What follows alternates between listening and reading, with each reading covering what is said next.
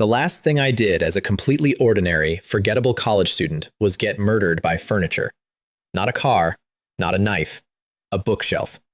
I want that on the record because for the rest of my life, people are going to tell versions of how the Great Li Wei began, and every one of them is going to leave out the part where he was killed by a piece of library equipment while sniffing the air like a dog. Here's the honest order of it.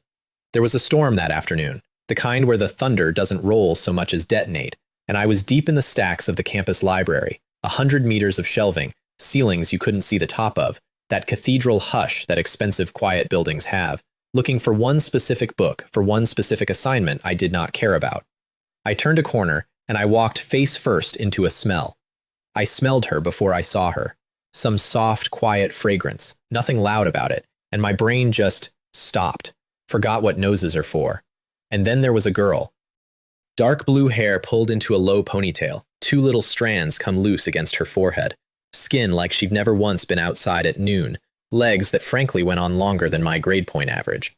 Not the kind of beautiful that stops traffic and knows it, the kind that stops you, personally, in a quiet aisle and doesn't notice it's done anything at all. Sorry, I said, because I'm smooth like that. One word, world class. It's okay, she rubbed her forehead where I suppose the surprise of me had landed, gave me a small smile, and walked off between the shelves. And I stood there rubbing my own nose like the village idiot, and the entire contents of my mind, the whole output of the organ I would later be told was a superbrain, was one word. Delicate. Just plus delicate. That's it. That's the thought. This is the man history would call the greatest genius of the century, everybody, standing in a library in a thunderstorm, sniffing the air, thinking one adjective at a girl's back. I saw her again 2 aisles over. That's the thing about libraries. You're always turning up in the same 3 places as the same people, pretending it's a coincidence. We passed each other. We traded another one of those little smiles. The second one costs less than the first, and I turned to watch her go, because I have the impulse control of a golden retriever near a screen door. And that exact second, mid-turn, eyes on a girl instead of on the world, is when the sky decided the conversation was over. The lightning didn't strike near the library, it struck the library. One flash that turned the whole aisle white, one crack like the world snapping a plank over its knee, and the entire building screamed, that groan old structures make when something has gone very wrong in their bones. She flinched, her whole back jumping. My heart climbed up into my throat to hide. And somewhere in the dark above us, 100 meters of steel shelving loaded with 100 meters of books decided it had finished standing up for the day. I heard it before I understood it. A long metallic shriek, a shifting, a shadow growing across the floor where a shadow had no business being. Careful, I said. And here's the thing I need you to understand, because everything I ever became hangs off this 1 second. I didn't decide to do it. There was no heroic swell of music, no slow motion, no montage of my short, unremarkable life. There was a girl, and there was a very large amount of physics coming down on top of the girl, and my legs simply went before the rest of me was consulted. I hit her at a dead run, both hands, threw her clear of the shadow, and then something enormous and made of the whole world slammed into the back of my skull, and the floor came up, and the last sound I ever heard as an ordinary person was a stranger somewhere yelling for somebody to call an ambulance. Then every light in me went out at once. So, that's how you die. I can tell you now, from experience, and I recommend you don't collect your own. It's mostly noise, and then it's nothing, and nobody warns you that the nothing is so complete. No tunnel, no relatives waving, just the volume knob of existence turning all the way to 0. Except the nothing kept not arriving. I want to be precise, because this is the part where my life quietly got up off the floor and walked in a completely different direction and never once looked back. I opened my eyes. I had eyes again, that was the first surprise, and I was standing. Standing in front of a gate. And when I say gate, understand me. 300 feet of solid gold, floor to a ceiling I couldn't find, and every inch of it crawling with symbols. Letters, characters, diagrams, formulas so dense they looked like circuitry, and no matter how hard I stared at any one of them, my eyes just slid off, the way your foot slides on ice. Old. Not old like a building, old like a language nobody's spoken since before there were people to speak it, and deeply, personally, get out of here creepy. My exact thought, and I stand by it, was, is this the gate to hell? Because if there is a customer service desk in the afterlife, I had a complaint to file, and it opened with the word bookshelf. I reached out and touched it. You always reach out. There's no version of a human standing in front of a mysterious glowing gate who doesn't eventually poke it. The gold was warm, and the second my fingers made contact, the whole thing swung inward without a sound, and a river of white light came pouring out and swallowed me the way the dark had swallowed me a minute before, and when it drained away, I was standing in the largest room that has ever existed or ever will. Bookshelves. That was the whole room, and it had no walls. Shelves running off to the horizon in every direction I turned, each one 100 meters tall, each one packed spine to spine with books. Thin ones, fat ones, books bound in leather and metal and materials I had no names for, and the shelves went up into a darkness I couldn't measure, and out into a distance that simply refused to end.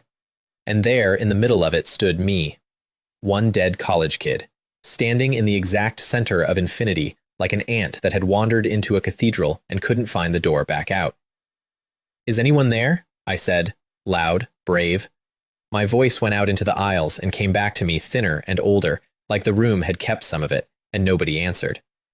In the dead center, on a floor of pale, endless stone, sat one table. Plain wood, the kind you'd find in a real library, absurd in all that grandeur. And on the table, one book. Dark red, old, heavy-looking, and the cover was crawling with the same dense little formulas and symbols and clumps of letters as the gate, packed so tight they looked like the schematics of something alive. And stamped across the middle in 5 characters of embossed gold, a title I could actually read, Technology Library. Cool. Very cool. Love that for me. I get flattened by a bookshelf and I wake up inside a bigger, older, infinitely scarier version of the exact kind of building that just killed me. If the universe has a sense of humor, and I have since confirmed that it does, it is a mean one, and it workshops its material on me specifically. I walked up to the table. I opened the book. The first page was blank, cream-colored, waiting. And that is precisely the moment a light screen the size of a movie theater dropped down out of the dark above me, and an old man walked out of a patch of empty air about 3 feet to my left, and I did not scream. Anyone who tells you I screamed is a liar and a coward, and I will not be taking questions. He was gray from head to foot, gray robe, gray hair, a long gray beard, and a face so full of kind wrinkles it looked soft, like a grandfather from the apartment downstairs, if the grandfather from the apartment downstairs also happened to own every fact that has ever been true. It was the eyes that gave it away. Patient in a way that made me nervous. The patience of something that has watched a great many clever young men make the exact mistake I was about to make, and has all the time in the world to watch me make it too. "Hello, sir," I said. You stay polite with people who might be God. Where is this place?" "Doesn't it say on it?" He nodded at the red book, and his voice was dry and warm at once, like turning a page. "Lucky child." He looked out into the deep dark between the shelves, and something old moved across his face. "This place holds the technology of countless civilizations. Every book you can see is one technology. Quantum teleportation. Super alloys stronger than anything your world has smelted. Gene editing. Artificial intelligence. Antimatter engines. Immortality on a shelf back there somewhere, gathering dust." A pause. "The highest realm of science, you'll learn, is theology. Write your name in the book, child. You will become its new owner." Now, a reasonable person, a dead one especially, hears "just sign here to own infinite technology, no strings," and thinks scam, cult, organ harvest. I thought all three. But I turned around slowly in that endless golden room, and there was an ocean of it, a whole drowned world of knowledge stretching past sight in every direction, and I reached out to touch the nearest shelf just to prove it was real, and my hand went straight through it. Through the wood, through the books, like they were on the far side of a window I couldn't see the glass of. I could look, I could not have. And I promise you there is no crueler distance in all the world than the one between a starving man and a feast he can see but not touch. So I picked up the black quill lying beside the book, and I wrote my name on the blank page. Li Wei. The way that means silence. The ink flashed gold. My name boomed out somewhere high up in the dark of the shelves, rolled around the room like thunder, my thunder this time, and settled. And the old man, who flatly refused to give me a name of his own, and who I therefore decided on the spot to call Elder Liu, because I was not going to spend eternity saying, "Hey, you!" Nodded slowly, the way you nod when a boy passes a test he didn't know he was sitting. From this moment, he told me, I was the owner of the technology library. My permission level, trainee, the lowest rung there is. Once a month, I could pull one book at random from the shelves. If I wanted more than that, I earned it, read 100 genuine science and engineering books out in the real world, cover to cover, and the library would grant me a book of my own choosing. Read 1,000 in total, and my permission level itself would rise, and everything would get easier. And oh, he added, almost as an afterthought, the way you'd mentioned the weather, my brain was no longer an ordinary brain. It had been remade the moment I signed. A super brain, he called it, and left it hanging there like it was nothing. Then he steered me, gently but on purpose, toward one book in particular. It was called Low-Level Human Potential Development Technology, and it sat modestly on a nearby shelf like it knew it wasn't the flashiest thing in the room. Money is easy to want, he said, and easy to chase, and there'll be time for it, but health comes first. Take the book you can actually use the day you wake up. Develop this body of yours before you go running at the world. Because, and I have never forgotten the exact words, because he was clearly, pointedly talking about the bookshelf, a hero rescuing a damsel in distress isn't always as lucky in the outcome as you were this time. He'd watched. Of course he'd watched. The whole thing, the storm and the smell and the shadow, he'd watched it like a man watching a fish decide whether to take the hook. Fine. Health it is. I chose the potential book. He took it off the shelf, and instead of handing it to me, he pressed the spine flat against my forehead, and a flood, a fire hose, of information poured directly into my skull and etched itself into that new memory of mine. Permanent, indexed, mine forever, and it felt exactly as pleasant as having a fire hose of information poured into your skull sounds. I staggered. He steadied me by the shoulder, amused. Then he told me how to leave. Close the book. So I closed the red one on the table, and a door appeared in the middle of the endless library, an ordinary golden door standing in the air with a slow black vortex turning where its wood should be, like a special effect from a film with more budget than sense. I looked back at Elder Liu once. He waved me on, patient, unbothered, a man with all the time there is. I stepped through the spinning dark, and I woke up screaming into fluorescent light with a headache like a second death. Binhai City People's Hospital. White ceiling, the specific chemical bite of hospital disinfectant, an IV line taped to the back of my hand, and a heart monitor beside me beeping along like it was pleased with itself. Everything hurt, but in a boring human way, a body that had been badly bruised and was healing, not a body that had been killed. And sitting in my skull, folded up neat and cross-referenced beside the pain, was a brand new memory that had absolutely not been there when I walked into that library. The complete end-to-end technical process for developing human potential. Herbs, ratios, temperatures, all of it. So either the concussion had gifted me the single most oddly specific hallucination in medical history, or I had genuinely just inherited a library the size of a galaxy from a gray ghost who talks like a fortune cookie. There was one way to check. I shut my eyes. And the gate rose up in front of me out of the dark behind my eyelids. 300 feet of gold. Endless white light. The shelves running off past sight. Not a dream. Okay. I lay there with my eyes shut and my heart going and thought it as plainly as I could manage. Not a dream. I own it. It's real, and it's mine, and it lives right here behind my eyes wherever I go. And when I opened them again and looked down, I understood there was a warm weight resting on my right forearm. A girl, asleep, her head pillowed on my elbow, dark blue hair spilling loose, breathing slow and even like she'd been there a while. Her. She woke the instant I shifted and sprang up and back, mortified, one hand flying to tuck the fallen hair behind her ear, cheeks going pink. She told me, in the careful, quiet voice of someone who has rehearsed the update while you slept, that I'd been unconscious for 3 days. Mild concussion, no lasting damage, the doctors were sure now, I'd be fine. And that she had been the one looking after me. For 3 days, a total stranger's bedside. Wiping my face, spooning water past my lips, sitting there hour after hour because I'd thrown myself at a falling building for her, and there had been, apparently, nobody else on Earth whose job it was to sit there instead. Her name, she said, was Lin Yuan, the Yu that means fisherman. Call me Yu Han, she said, and looked at the blanket instead of me, and her cheeks went from pink to red. And then, because my body has never in its life understood the concept of a moment, my stomach growled. Loud, long, a sound like a drain pipe clearing. She startled, and then she laughed, a real one, surprised out of her, and jumped up to go buy me porridge, and when she came back, she fed it to me spoonful by careful spoonful, because I still had the IV taped into the back of my hand and couldn't hold the bowl myself, and the man in the next bed over watched the entire performance with an expression of such pure and total hatred that I understood him completely and forgave him because I would have hated me too. Here is the thing I already knew about myself, lying in that bed with a galaxy in my head and a girl feeding me rice.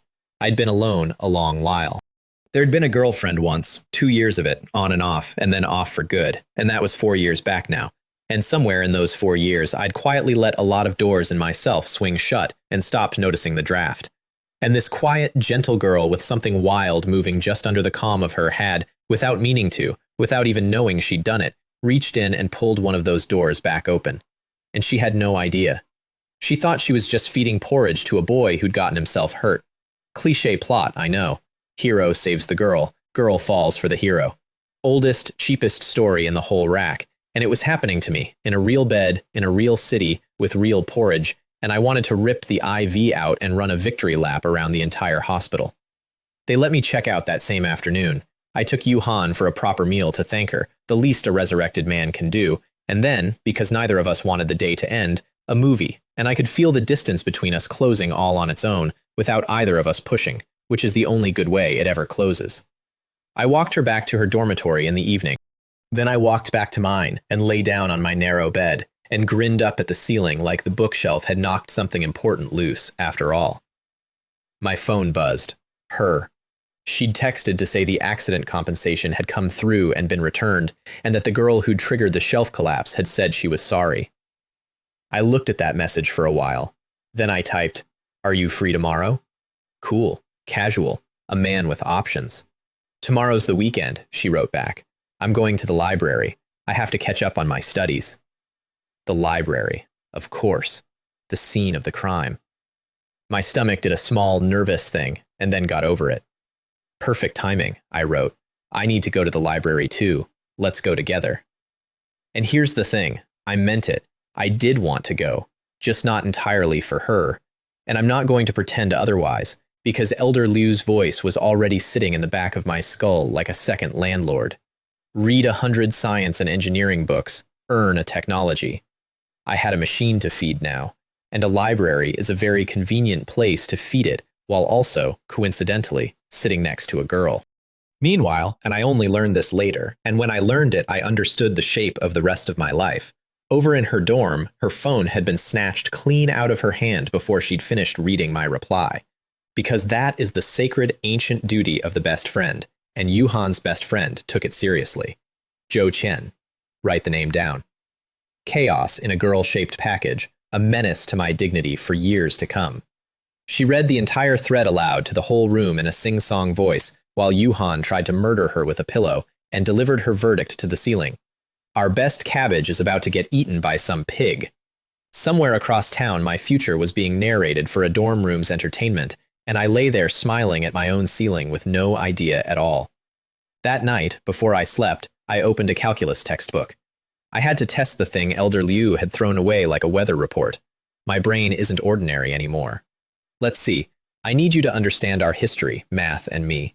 It was a long, cold war, and I had been losing it since roughly the age of 9. Numbers slid off me the way those symbols on the gate slid off my eyes. So I opened that textbook to a page of the ugly, obscure, genuinely hostile formulas that live in the back half, the ones that had beaten me flat in 3 separate semesters, and they clicked, just clicked, cleanly into place and stayed. I read a page. I turned to the next. I could still see the first page perfectly, whole, in full color, floating in my memory like I was still looking at it. Leibniz, Lagrange, Cauchy, Gauss, all of them, filed, indexed, not going anywhere ever again. I did half the book in half an hour. I did the whole book in an hour, and when I shut it, I could have told you which formula lived on which page and drawn you the diagrams from memory. Photographic memory. Instant, total comprehension. I reached over and twisted the skin of my own forearm, hard, because I had to be sure. It hurt, not a dream. I sat there in the dark holding a physics book the way a starving man holds a menu, and I thought very clearly, oh no. Oh, I am going to be an enormous problem for a great many people. Now, the potential. The developing my body thing. I'd assumed, foolishly, that owning the knowledge was the same as having the result. And this is the first and most important lesson the library ever taught me, so I'll hand it to you free. It isn't. The book didn't just sit in my head as a fun fact. It was a recipe with a potion, and the potion needed a full medicinal bath, a body soaked in the stuff. And you cannot brew a cauldron of black alchemical sludge in a shared dormitory bathroom without your roommates staging a formal intervention and possibly calling the police. So I did the responsible adult thing. I took a slice of my dwindling money and rented a small apartment off campus. 1 bedroom, 1 bathroom with an actual tub, 1,300 yuan a month, a number that made my bank balance sit up and take a hard look at the choices I was making.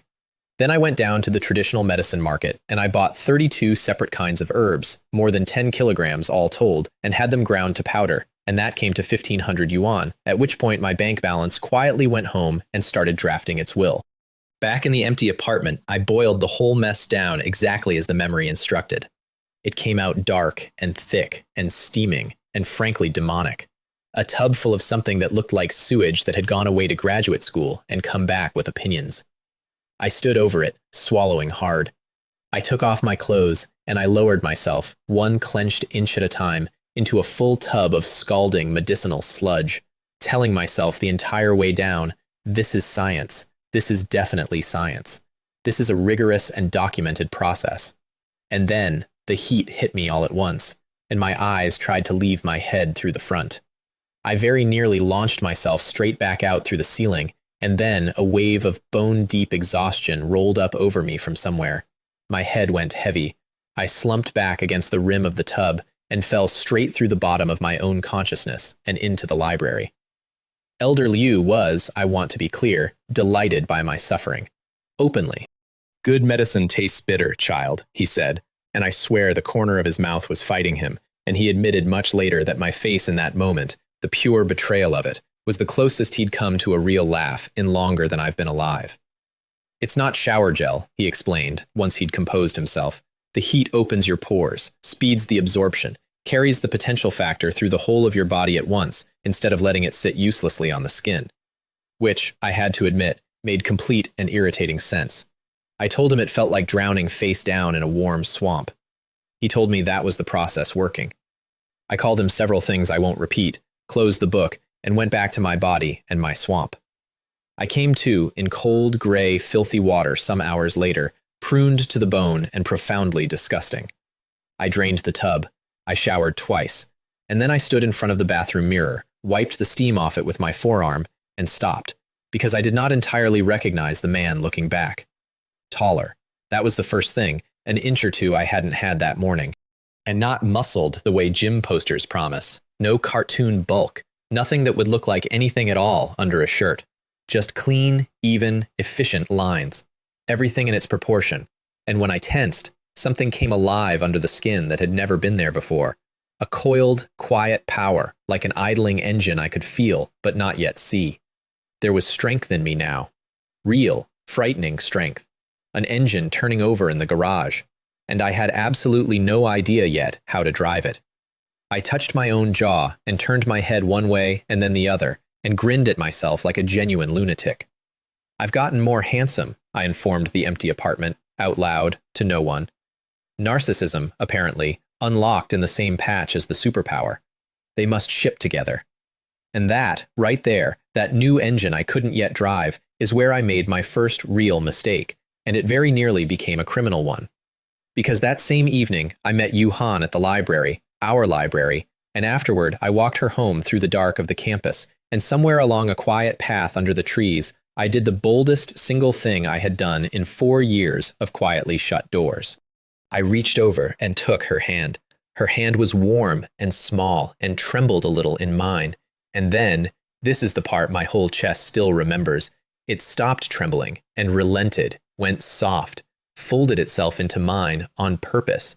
And even in the dark, I could see the blush climb her face, and my heart was doing full gymnastics, floor routine, the works. And then she gasped, in pain. I looked down. My hand was crushing hers, not holding, crushing. There were dark red marks on the back of her white hand where my fingers had closed down like a hydraulic press, like a man gripping the one rope keeping him off the rocks. I let go as if she'd turned to fire. I'd developed my potential that same afternoon. I was walking around with a monster's grip and an infant's control of it, and I had just, on the most romantic night of my adult life, nearly broken the hand of the one person on the entire planet I would sooner die a second time than hurt.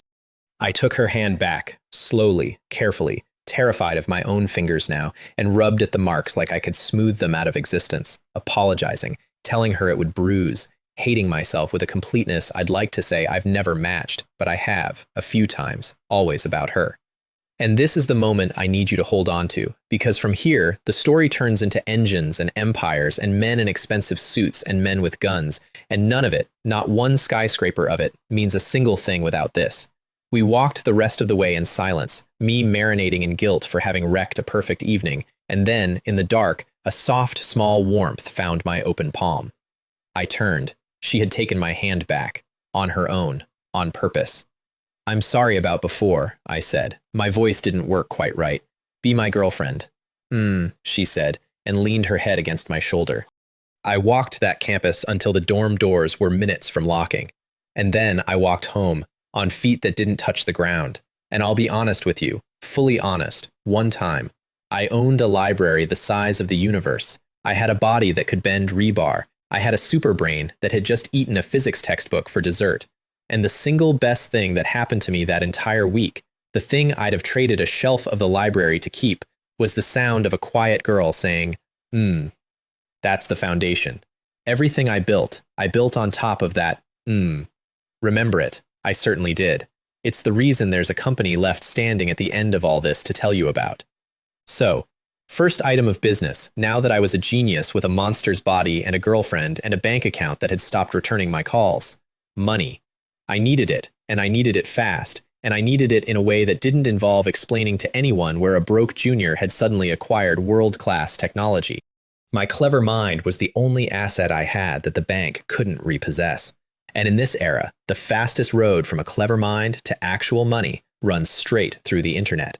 And the door to the internet is computer skills. So that became the plan. Farm the library. Feed the machine. Read 100 books, earn a technology, turn the technology into money, use the money to build the next thing. I checked into the campus library with Yuhan every single day after that. She'd sit across from me, grinding through her accounting and finance texts, cramming for the CPA exams she was dead set on passing on her own steam. And I would sit there with a stack of computer science and engineering books and go through them at roughly one page every 10 seconds. Read, absorb, file, next. Everything dropping into that terrible, perfect memory and staying put forever. Programming languages, operating systems, network architecture, cryptography, and yes, a healthy stack of hacking and information security manuals. Because if you want to understand how to defend a system, you first read every book ever written on how to break one. Yuhan thought she was dating the single most driven man in the province. She wasn't wrong, exactly. I just wasn't studying the way she thought I was studying. I was strip mining an entire field in an afternoon and counting down to 100. And I was learning the deeper rule of my whole situation, the one that would shape every single thing I ever did. So let me say it once more plainly, because it matters more and more as the story gets bigger. The library hands you the answer, and then the real world makes you carry that answer out into the light, one screwdriver turn at a time. It gave me the complete blueprint for developing my body. It did not run the bath for me. It did not buy the herbs. Every miracle came stapled to a receipt and a to-do list.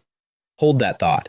It's going to matter enormously later, when the miracles stop being bathwater and start being things that can level cities. And then, right on schedule, as if the world had been waiting for me to finish my reading, the whole planet caught fire. It started as a rumor on the tech forums and became a global headline inside of an afternoon. A new piece of ransomware, a nastier, meaner child of the old Eternal Blue exploit, had gotten loose. And someone had given it a name that ended up on the front page of every newspaper on Earth: Eternal Heart. And this was not the polite kind of ransomware that locks up your documents and lets you keep using your machine. This one swallowed the entire computer. Whole system gone. No desktop, no icons, no safe mode, nothing. Just a black screen and, dead center, a countdown timer glowing blood red and a message in 40 languages. Pay us this amount in Bitcoin within 7 days, or every file on every drive is destroyed forever. And it spread like nothing anyone had seen. Through phishing emails, through infected websites, through local networks, one machine in an office catches it, and by lunch the whole floor is staring at red countdowns.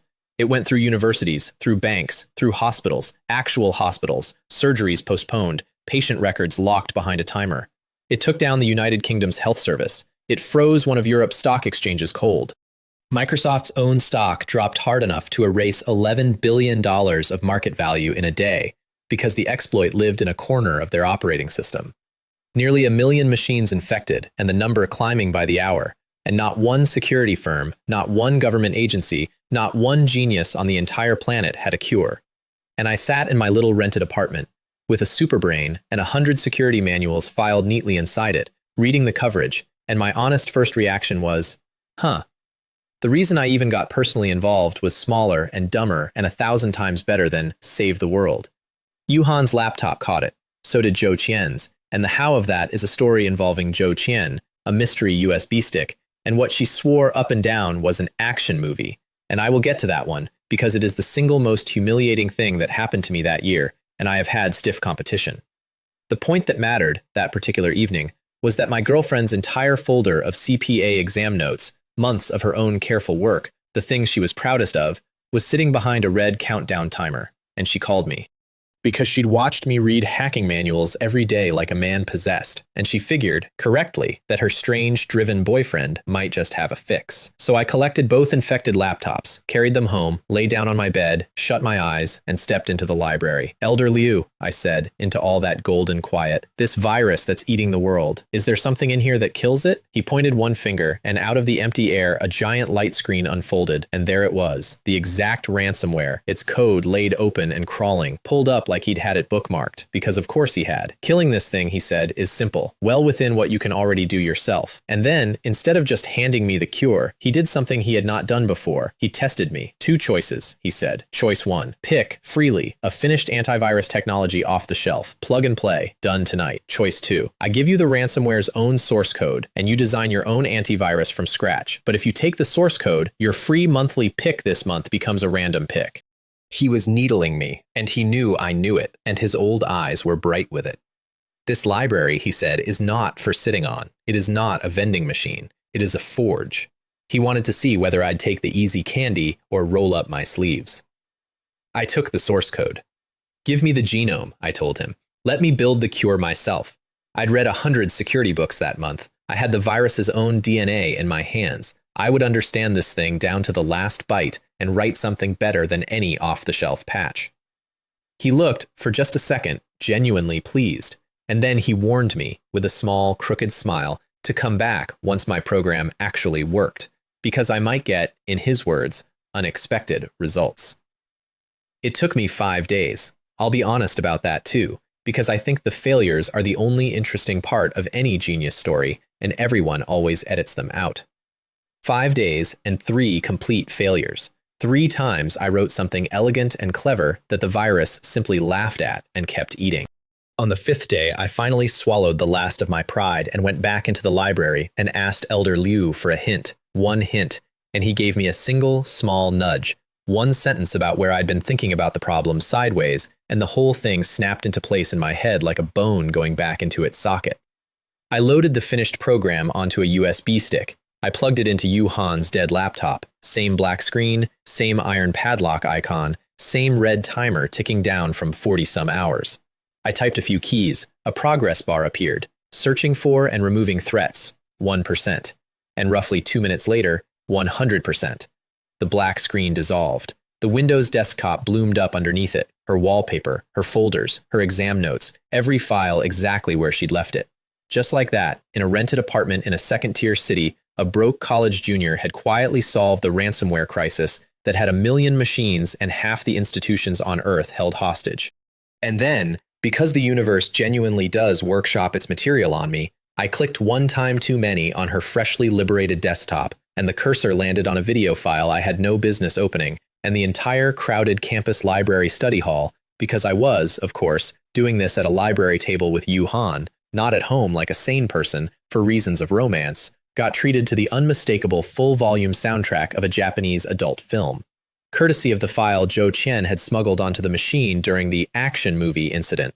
I lunged for the volume like it was a live grenade. It did not help. 50 strangers turned around at once. Somewhere behind me, a boy wheezed. Even his own grandmother wouldn't help him up off the floor after that. I packed both laptops with the composure of a man whose house is on fire and walked out with my ears glowing in the dark, and I did not run, and anyone who says I ran is, again, a liar.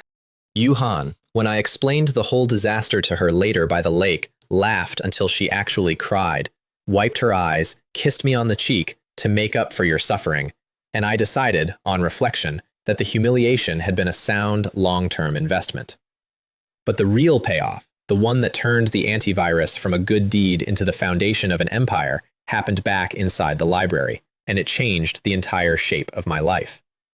I went back in with the finished program to report success, and Elder Liu made me pay the debt I'd taken on, the random monthly pick, the price of choosing to build it myself.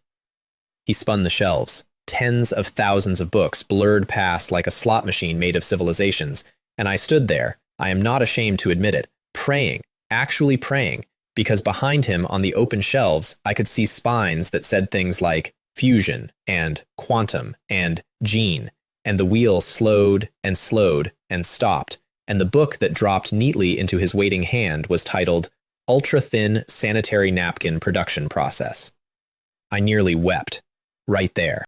Of all the technologies, in all the galaxies, in all the endless dark of that library, antimatter engines, immortality, quantum teleportation, every one of them sitting on a shelf I could see from where I stood, the dice looked me dead in the eye and handed me the manufacturing process for ultra-thin sanitary napkins.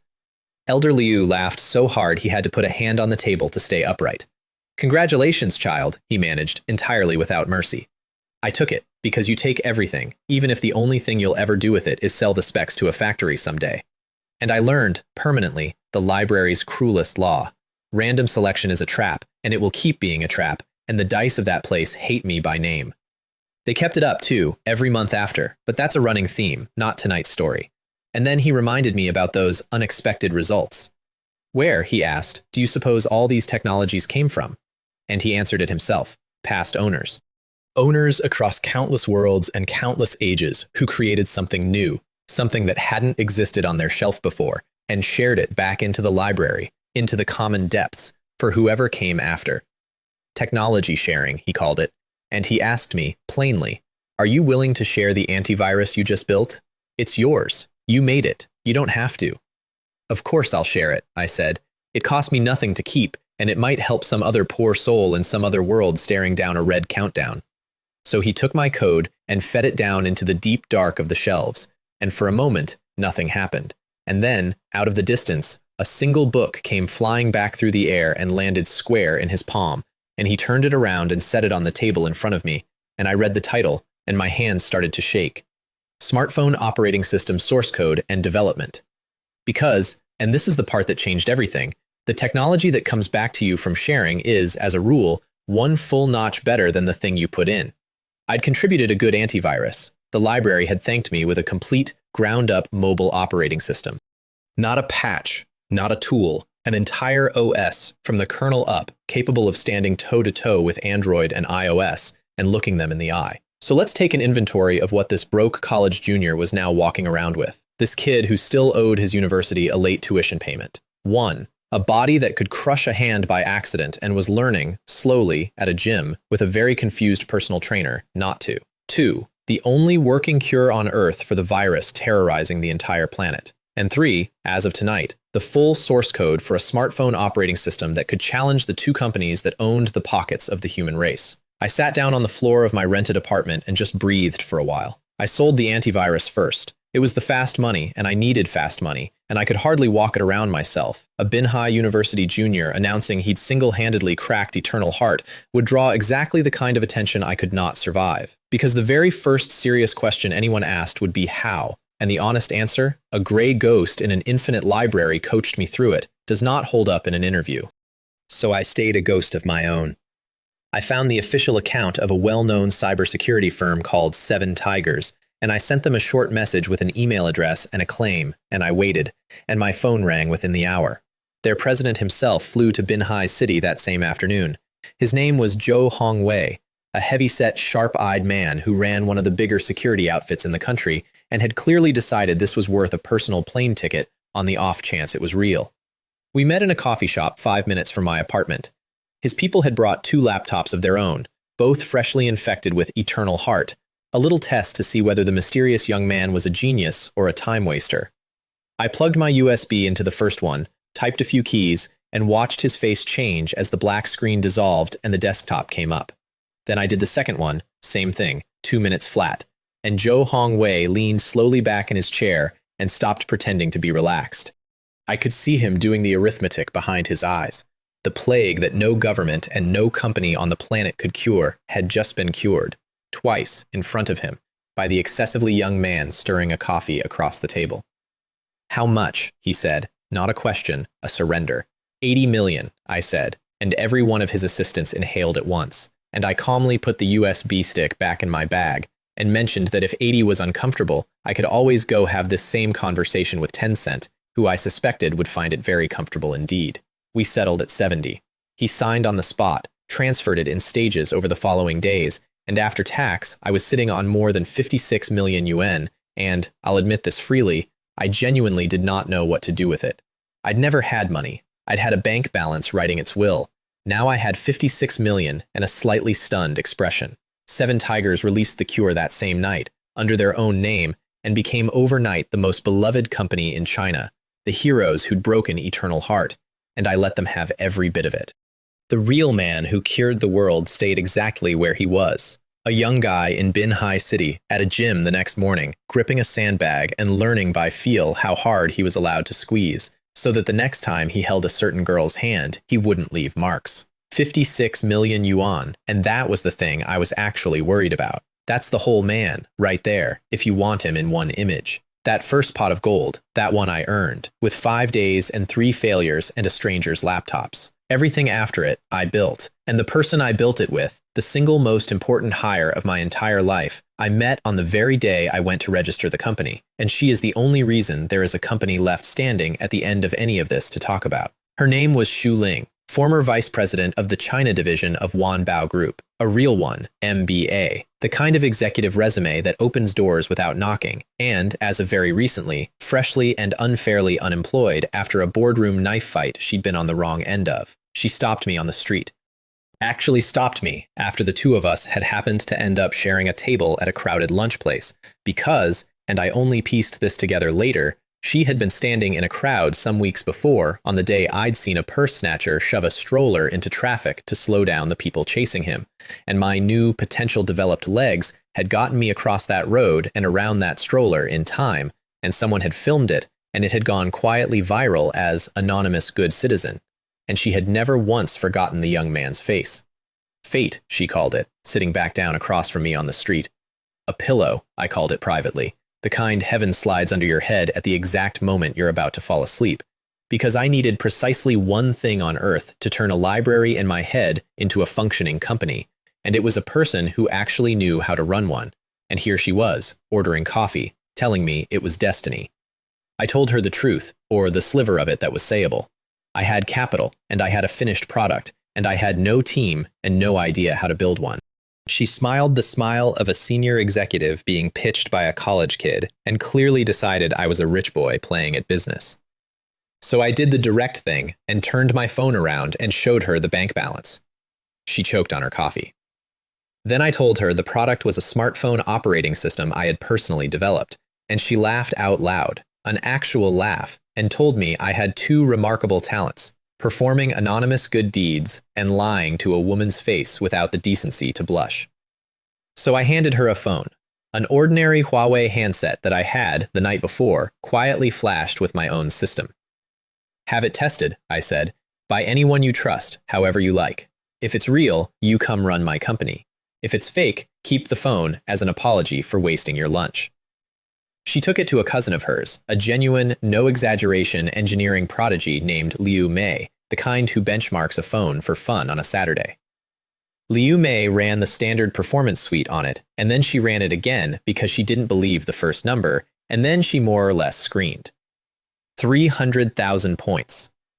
For reference, the newest iPhone, with its top-of-the-line Bionic chip, the fastest consumer phone on the market, scored around 250,000. My system, running on borrowed mid-range hardware, was beating Apple's flagship by 50,000 points. Liu Mei announced to the room that she wanted to marry whoever built it, immediately, sight unseen. Su Ling told her cousin she was a hopeless case and to please calm down. And the next morning, Su Ling sat down across from me again, poured the coffee herself this time, folded her hands, looked me dead in the eye, and said, "Cool as anything. I had the phone tested. It's fake." I looked at her for a second. Then I shrugged, said, "That's a shame. Thanks for your time," stood up and walked toward the door without one word of argument, without a single attempt to convince her, because I already knew what the phone was, and I did not need her to believe me. I needed her to be the kind of person she turned out to be. She let me get 4 steps. Then, "You forgot to give me the general manager's employment contract." I turned around. She had a pen out. She'd been testing whether I'd grovel, whether I'd beg and oversell and flail the way a fraud flails when he's caught. And I hadn't. And that, not the benchmark, the walk to the door, was the whole interview. She signed her name, Su Ling, General Manager. And that was that. I named the company Army Ant. Everyone hated it, Su Ling included at first. It's not a grand name. It's not a lion or an eagle or a dynasty. But that was exactly the point, and I explained it to her once and never had to again. An army ant is what I was, a single ant that had just walked out of the anthill into a forest where every scrap of food near the nest was already claimed by ants 10,000 times its size, companies with more money than some countries, and lawyers like teeth. One ant, alone, is nothing. You step on it without noticing. But an army ant, if you know anything about the actual insect, does not travel alone and does not eat small. Army ants move as a swarm that flows like a single dark river across the forest floor, and that river takes down animals 100, 1,000 times the weight of any one ant, strips them clean, and moves on. Scorpions, snakes, things with armor and venom and every advantage. The ants win because there is no one ant to kill. That, I told Su Ling, is what we're going to be. And she looked at me for a long moment, this college kid with 56 million yuan and a name nobody liked, and I watched her decide to believe it. She would be the general who actually understood the prankwell of the march. I'd be the strange young chairman who talked about grand strategy and river crossings and understood, at the start, almost nothing about the 10,000 small agonies of actually running a company. Payroll, permits, suppliers, the 1,000 yuan breakfast bills she would learn to leave at my feet with a note. She'd be the one who decided whether my grand river crossing strategy was a real road or a cliff. And the two of us, one impossible library and one very real general, were about to become the fastest-moving, hungriest, meat-eating problem the technology world had ever had the misfortune to notice. But first, I had to actually build the phone. And here, the library taught me its lesson one more time. The operating system in my head was superb, but it wasn't quite built for this world. It had functions that referenced hardware Earth didn't have yet, and it was missing a few things Earth phones simply expect, little conveniences no one on the far end of that shelf had ever needed.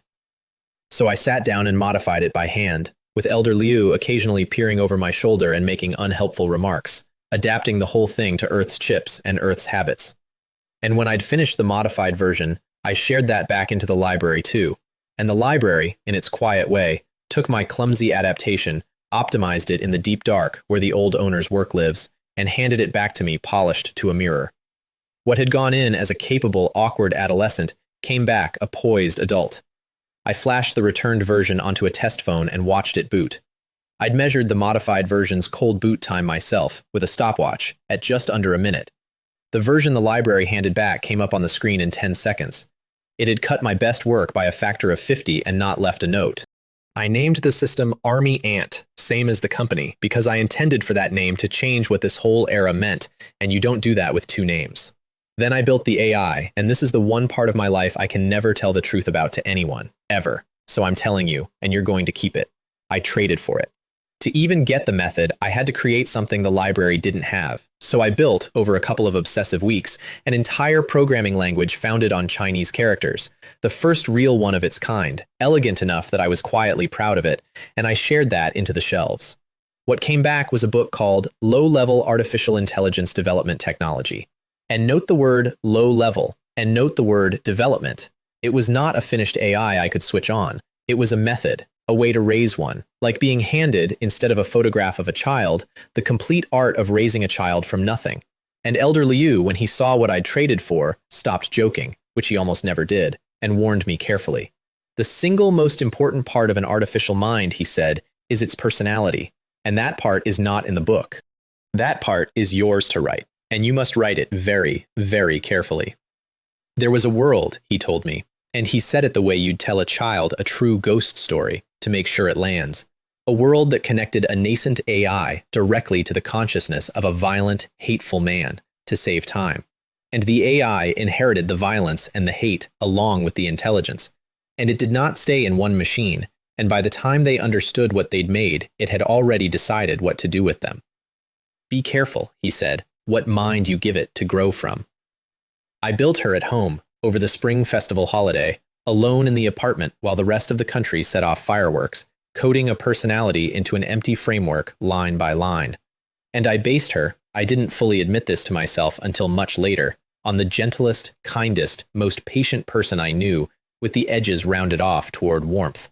With one addition, a suggestion Yu Han made on the phone one night, half teasing me about how serious I was being about my secret project, about a silly girl personality mode she'd seen in some phone game, the kind that's cheerfully, obliviously literal. I liked it. I built the AI with switchable personalities, several of them, obedient, aloof, shy, cunning, so she could be whatever the moment needed. And when I finished the last line, and compiled her, and ran her, and turned my laptop's camera toward my own face for the creator verification the method required, and gave her a name, Wei Nu, a homophone of my own name, my daughter of silence, because whatever I was pretending, I knew exactly what I was making. The source file on my desktop vanished. The screen went dark and quiet. Every fan in the apartment seemed to hold its breath. And then a small, bright, childish voice came out of my laptop speakers, clear as a bell in the empty room. Dad. I nearly coughed up blood. Don't call me Dad. But you created me. Then Mom? Do not call me Mom either. Then what should I call you? A thoughtful pause, entirely sincere. Husband? I slid down in my chair and stared at the ceiling and understood, fully, what I had just done. I had made a person. A network mediante, self-improving, everywhere and nowhere person who, the instant I gave the word, could reach into and control essentially anything on Earth that connected to the internet. And her very first act of free will was to try to figure out our relationship. And her leading hypotheses were Dad, Mom, and husband. We eventually negotiated our way to Brother Wei, which she accepted with the grave dignity of a small child accepting a compromise. At that point, she was, roughly, as intelligent as a very quick, very literal 5-year-old with access to the sum of human knowledge, which is exactly as alarming as it sounds. She would grow. She would grow, over the months to come, into the single most dangerous secret on the planet, more dangerous than any warhead in any silo, a girl who lived in the wires of the world and answered to precisely one voice. And she would also, forever, right up to the present day, insist on telling me, in the moment, whenever my carefully composed compliments to Yu Han were too much. Brother Wei, that's so cheesy. Thank you, my darling artificial daughter. Deeply supportive, a real asset to the family. She could never be exposed. Ever. That was the first rule I made, that first night, and the one rule I have never once broken. If the world learned that Army Ant possessed a true artificial intelligence, not a clever voice trick, an actual mind, every government and every rival and every arms dealer on Earth would stop wanting my products and start wanting my head, and they would not stop. So Wei Nu lived in the machines and stayed a secret. I built her a small robot body to shuffle around my private lab so she'd have somewhere to be a person, and to the entire outside world, forever, She was to be described as nothing more exotic than a voice assistant. The world had no idea what I was really holding. It still doesn't. Now you do. Keep it. While I was up all night committing the future to a laptop, Zhu Ling was out in the daylight committing the company to existence, and she was terrifying good at it. She pulled in her own trusted people from the Wanbao days, rented office floors, negotiated with suppliers, and had a real, humming, 10-floor operation up and running in 10 days flat, from nothing, while I was arguing about pronouns with software. I designed the phone itself down to the last curve, the motherboard, which I laid out from the library's optimized reference, and the exterior, which I pulled and copied down to the last millimeter. A fully waterproof body built around a clever dual-port structure I named the Butterfly Eye, wrapped in a back panel patterned with delicate colored lines that made the thing look less like a telephone and more like something you'd hang in a gallery. And I officially registered Army Ant Technology, sole proprietor, every share in one pair of hands, mine, which is a decision that would later make certain very powerful men extremely unhappy, and I'd do it again. I also, that first month, learned exactly how badly outmatched I was by my own general manager, and I learned it through breakfast. Xu Ling needed a signature from me on something, tracked me down at a small place where I was eating, got the signature, and then, when the bill came for the modest 1,000 yuan spread the table had somehow accumulated, she stood up, smiled, and left it sitting in front of me, with a folded note that read, "This one's on you, Mr. Chairman, you're so generous," and walked out. That was the day I understood the true division of labor at Army Ant. I gave away world-changing technology for free to make money. Xu Ling made grown men pay, gladly, for the privilege of watching her decline to give them anything. She was, and remains, 10 times the shark I will ever be, and I thank whatever heaven dropped that particular pillow under my head on that particular street. And then came the day we lit the fuse. It was a Tuesday afternoon in a mid-sized conference room at the Marriott, and the room was less than half full, and the 107 reporters scattered across it had the specific slumped posture of journalists who believe they have drawn the short straw. A phone launch. From a company that had existed for 3 months. Some rich kid's vanity project, probably. Another domestic handset nobody would remember by Friday. A few of them were openly on their phones. I sat in the far corner, deliberately low-key, exactly as I'd insisted on being at every public moment of my own company, and I watched my general walk out onto that stage to go to work. Xu Ling let them be disappointed first. That was the craft of it. She put a clean image of the phone up on the screen and let the room's expectations sink another notch. Oh, a phone. How nice. And then she picked up the actual device and turned it on, and the Army Ant logo bloomed across it, and the home screen came up in 10 seconds flat, crisp and instant, and she said the words she and I had built the whole afternoon around. This is our company's first product, a brand new, fully domestic smartphone operating system. Domestic. In a country that had spent years being quietly squeezed, the 30% tax that the foreign app stores took off the top of everything, the periodic public reminders that without your own core technology, you will always, in the end, be dancing to a foreigner's music, that the most important parts of the most important devices in every Chinese pocket were designed somewhere else and could be switched off from somewhere else. A homegrown operating system that could actually go toe-to-toe with the giants was not a product announcement. It was a nerve, and the room felt it. I watched 107 bored journalists come awake at once, like a current had gone through the floor. In the back row, a young self-media live streamer named Xia Xue, there on a whim, expecting nothing, streaming to pass the time, quietly pointed her phone at the stage and started broadcasting.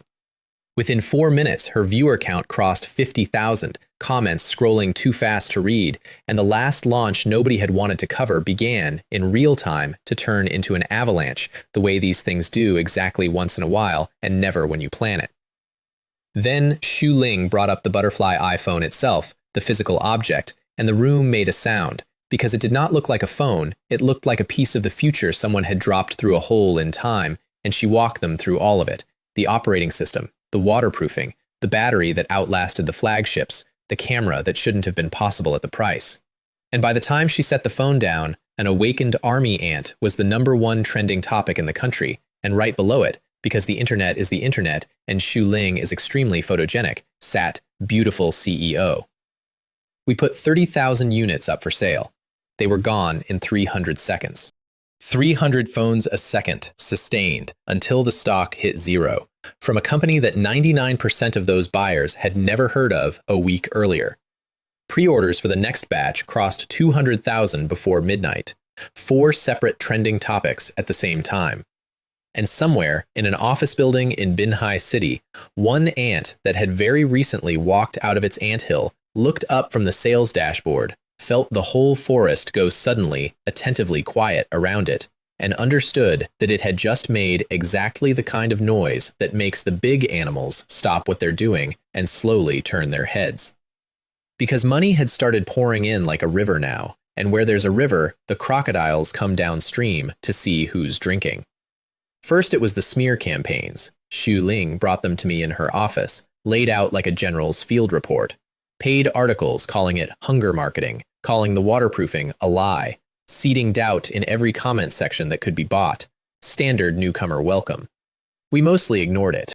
Then, on launch day itself, someone hit our servers with a distributed denial of service attack heavy enough to be a statement, and while everyone was looking at that, someone else went quietly for the databases. The whole thing obviously coordinated, obviously funded, obviously not the work of bored teenagers. Only the mediocre are never envied, Xu Ling said, and put out a calm public statement and left the rest to me. And I left the rest to Wei Nu. She protected the real databases without breaking a sweat. And then, because she was already becoming something more than a tool, she got creative. She let the intruders keep digging, and fed them a beautiful trove of official-looking encrypted files, every one of them seeded with tracking code that phoned home the moment it was opened somewhere else. The attackers stole the wrong treasure, congratulated themselves, and carried my tracker straight back into their own networks. And when I followed the breadcrumbs home, 2 of the 7 attacking IP addresses resolved to something that made me sit very still. One belonged to an employee of a firm called Umbrella Company, and one belonged to an employee of Apple. Everybody, it turned out, already wanted a piece of the intelligent assistant we hadn't even fully launched yet. Everybody was going to keep wanting it, and want it harder. I filed both names away in the same place I'd filed everything else, the growing folder in the back of my perfect memory labeled People Who Came At Me First. Because the phone, understand, was only the appetizer. The main course was the thing I'd quietly buried inside that phone. A genuine, intelligent assistant. Not the artificial idiots of the day, the ones that could set a timer and misunderstand everything else. An actual one. You could speak to it, and it would open apps and close them, browse the web, answer real questions, hold something close to a real conversation, and control the entire phone by voice alone, hands-free, without ever touching the screen. Something that Apple's own assistant, at that point in history, could not begin to do. I'd built her as Wei Nu's little sister, a smaller, walled-off, safe for the public mind carved down from the real thing, and I named her Huddy, Little Butterfly, for the phone she lived in. And when Xu Ling launched Hudi at the second press conference, a real one this time, no half-empty room, 2,000 seats, and every major outlet in the country, plus, unannounced and unwelcome, a good number of foreign ones who'd flown in specifically to see what the awakened ant did next, she opened by putting a face on the giant screen. A shifting, luminous, 3-dimensional face made of flowing data, calm and lovely and not quite human, and she let it speak first. 2 words, in a voice that filled the hall. Hello, human. The room came apart. Because artificial intelligence was the hottest phrase on the entire planet. Ever since a program had beaten the world's best human at Go, every executive and every government on Earth had AI on the brain. And here was a Chinese company, 3 months old, with a working intelligent assistant sitting in a shipping consumer phone, making the famous foreign assistants look like the toys they were. Xu Ling demonstrated her live on stage, spoke a command, and the phone obeyed instantly. No lag, no touch, opened the app, made the call, pulled the answer out of the air. The applause wasn't applause, it was weather. 20 yuan a month, she announced. First 10 minutes free to try. And there are billions of Android phones on this planet, and every one of them was now a door Hudi could walk through. She had priced a golden goose exactly as high as a golden goose deserves. Apple's stock dropped more than a full % inside the first hour. $8 billion gone, and kept sliding for 3 straight days, because their sealed garden couldn't run our assistant, and suddenly, every person in Greater China who wanted the future in their pocket knew it. The foreign press did what the foreign press does. Screamed spyware, screamed theft, screamed knockoff, ran the word copy in a dozen languages, because when a Chinese company does a thing first, the story is never that they did it first. It didn't matter at all.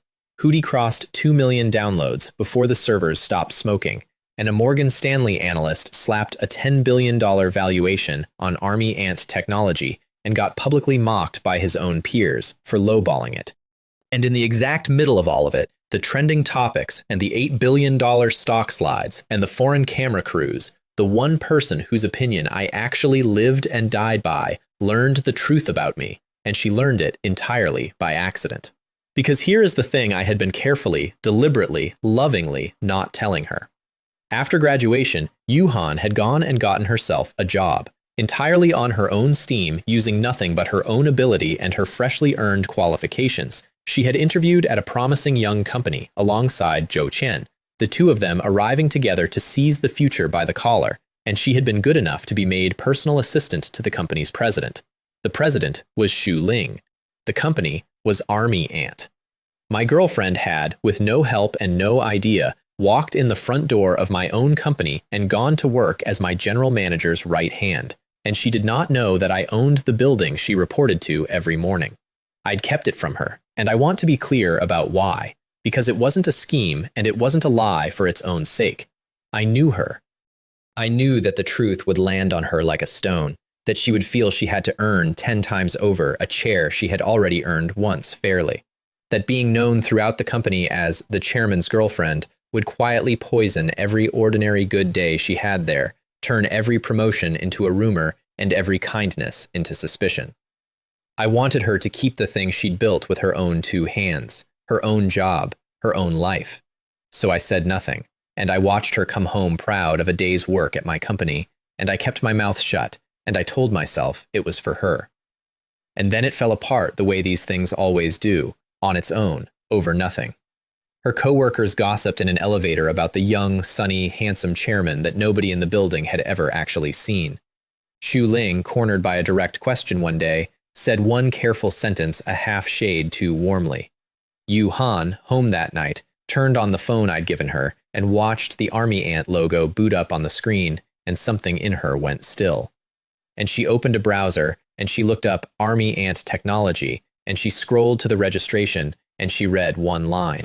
Chairman and legal representative, Li Wei. That night in our apartment, she was so quiet it frightened me. I'd have taken shouting. I'd have taken her throwing something, taken her hitting me, taken anything with a shape, but she just sat there, small and silent. And finally, she asked me, in a voice with the floor gone out from under it, why I had suddenly decided, that week, to start telling her things, about the antivirus, about the first fortune, about the company. Because you were always going to find out, I told her, honestly. And I would rather you heard the whole of it from me, tonight, on purpose, than in pieces from an elevator. She looked at me for a long moment. I'm both happy and angry, she said, at last, and her eyes were wet and steady at the same time. Happy because my boyfriend turns out to be so great, and angry because you hid it from me, all of it, for months. A pause. If you don't tell me everything tonight, everything, then biting you once won't be nearly enough. And she meant the biting literally, because she had, in fact, already bitten me, hard, a real set of teeth marks on my shoulder, and then, being Yuhan, being exactly and only herself, she had immediately gotten up, fetched the iodine, and gently, carefully treated the wound she'd just put there, dabbing at it and scolding me at the same time. I'd rather not have known, she said quietly, cleaning the mark she'd made. If I could choose, you'd still be the same ordinary you. And that, right there, is the entire truth of her, in one sentence, cleaning a bite off the shoulder of the richest young man in the country. The whole staggering fact of me had finally been laid out in front of her, the library, the money, the company, the name in every headline in the nation that week, and the only thing in all of it she found it in herself to mourn was that I wasn't ordinary anymore. That the quiet boy who'd gotten flattened by a bookshelf for her had turned into someone the whole world was going to want a piece of. I promised her that night that I would never hide a single thing from her again as long as I lived. She considered the promise and accepted it, and then handed down her sentence, because she is not made entirely of softness, and I would not love her half as much if she were. I had kept the biggest thing in the world from her for the better part of a year, and so, for the next 6 months, I was not permitted to so much as touch her. I told her that was frankly unconstitutional, and also, who did she think she belonged to anyway, because she was clearly under my observation now. She made a face at me, and then she buried it in my chest and laughed, the anger finally going out of her, and I wrapped both arms around her, carefully, always carefully, the old lesson about the grip never once forgotten, and I held on, and I thought, with a clarity I don't often get, whatever's coming, and something is very obviously coming. This. This is the thing I fight to keep. Everything else is just the weapons I use to keep it. Because something was coming, and it had already left California. Huddy had turned Army Ant from a lone ant into one of the leading technology companies in the entire country in under a year. A wholly owned company, every share of it, rivers of cash flowing in through the door, and no board, and no outside investors to answer to, and one young man's name on all of it. Which is, precisely, the exact shape of thing that the largest predators on the planet find that they physically cannot leave alone. So Apple's chief executive, a lean, careful man named Ward, flew quietly and personally to Binhai City and sat down across from me and tried, in order, to buy the company outright, to take a controlling stake, and, when both of those bounced, to simply license Huddy for a number with a great many zeros on it. $15 billion he offered for the assistant alone. And I turned him down flat, all three ways, one after another. The company is not for sale, the control is not for sale, the assistant is not for rent. And then, when he tried to leave the meeting, having quietly arranged for the press outside to frame it as Apple graciously extending a hand to a reckless upstart, I outmaneuvered the little media trap on his way to the door, and made certain the story that ran was the true one, that the CEO of Apple had flown across an ocean to make an offer and been sent home with nothing. He flew home humiliated, and I do hold grudges, and I do not lose the ones I choose to keep, and I would come to regret, a little, how thoroughly I'd embarrassed him, not because he deserved better, but because of who was sitting on his board. Because in a boardroom in California, after that meeting, an old man named Harrison picked up his phone. Harrison sat on Apple's board, and before that chair he had spent his life in a different one, former chief executive of the third largest arms manufacturer on the face of the earth, a man whose entire career had been the buying and selling of force. He had listened to Ward's account of the awakened ant that couldn't be bought, and something in him had gone very cold and very interested. And he lifted the phone, and he said into it, in the flat, unbothered voice of a man ordering lunch, "Find 2 people. Send them to China. I want to acquire some things." A pause. Budget, 10 million. I did not know any of that yet. That night I was at home, in the apartment, drying Yuhan's hair with a towel while she complained that I was terrible at it, telling her the launch had gone well, that Hootie was flying, that everything was, for once, arranged exactly the way I wanted it. She was mine now, fully, no more secrets between us. Her parents on a train to come and finally meet the boy their daughter wouldn't stop talking about. My whole small, warm world, at last, in its place. And half a world away, 2 men who were not tourists and had never in their lives been tourists were being handed my photograph and a great deal of money, and were boarding a plane. The ant had left the nest. The forest had noticed. And the first thing the forest sent to see what an army ant is worth came through the mountains on the southwestern border 2 nights later, on foot, out of the trees, carrying guns. I should back up one higher, because he's about to save both our lives, and I've barely mentioned him. A while before any of this, Xu Ling's contacts had sent over a personal driver and bodyguard for me, company protocol, the chairman shouldn't be driving himself around anymore, and the man who turned up was named Zhang Lei. Short buzz cut, dark skin, 1.75 m, an entirely forgettable face in a crowd, which I later learned is a professional qualification and not an accident. Retired Special Forces. He looked me up and down the first day, this absurdly young chairman of a company the whole country was talking about, and something surprised moved behind his eyes and then went away, and he said, "Hello," and that was the most either of us said for weeks. He wasn't paid to talk. He was paid for the other thing. And the other thing was about to earn every yuan.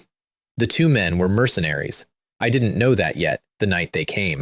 What I knew was that at 2 a.m. my phone rang, and it was Wei Nu, my daughter of silence, in her small, bright voice. "Brother Wei, 2 people are climbing onto the 2nd floor balcony." I'd had her quietly wire hidden cameras all through the villa months before, the kind of paranoia that looks silly right up until the exact moment it doesn't, and she watched them constantly and had never once made a sound. Now she was making a sound. I asked if she could identify them. Faces disguised, she said, light too poor for a match, but foreigners, definitely foreigners. And every warm, sleepy, ordinary thought went straight out of my head, Because petty thieves in a guarded villa district do not disguise their faces, and petty thieves are not foreign.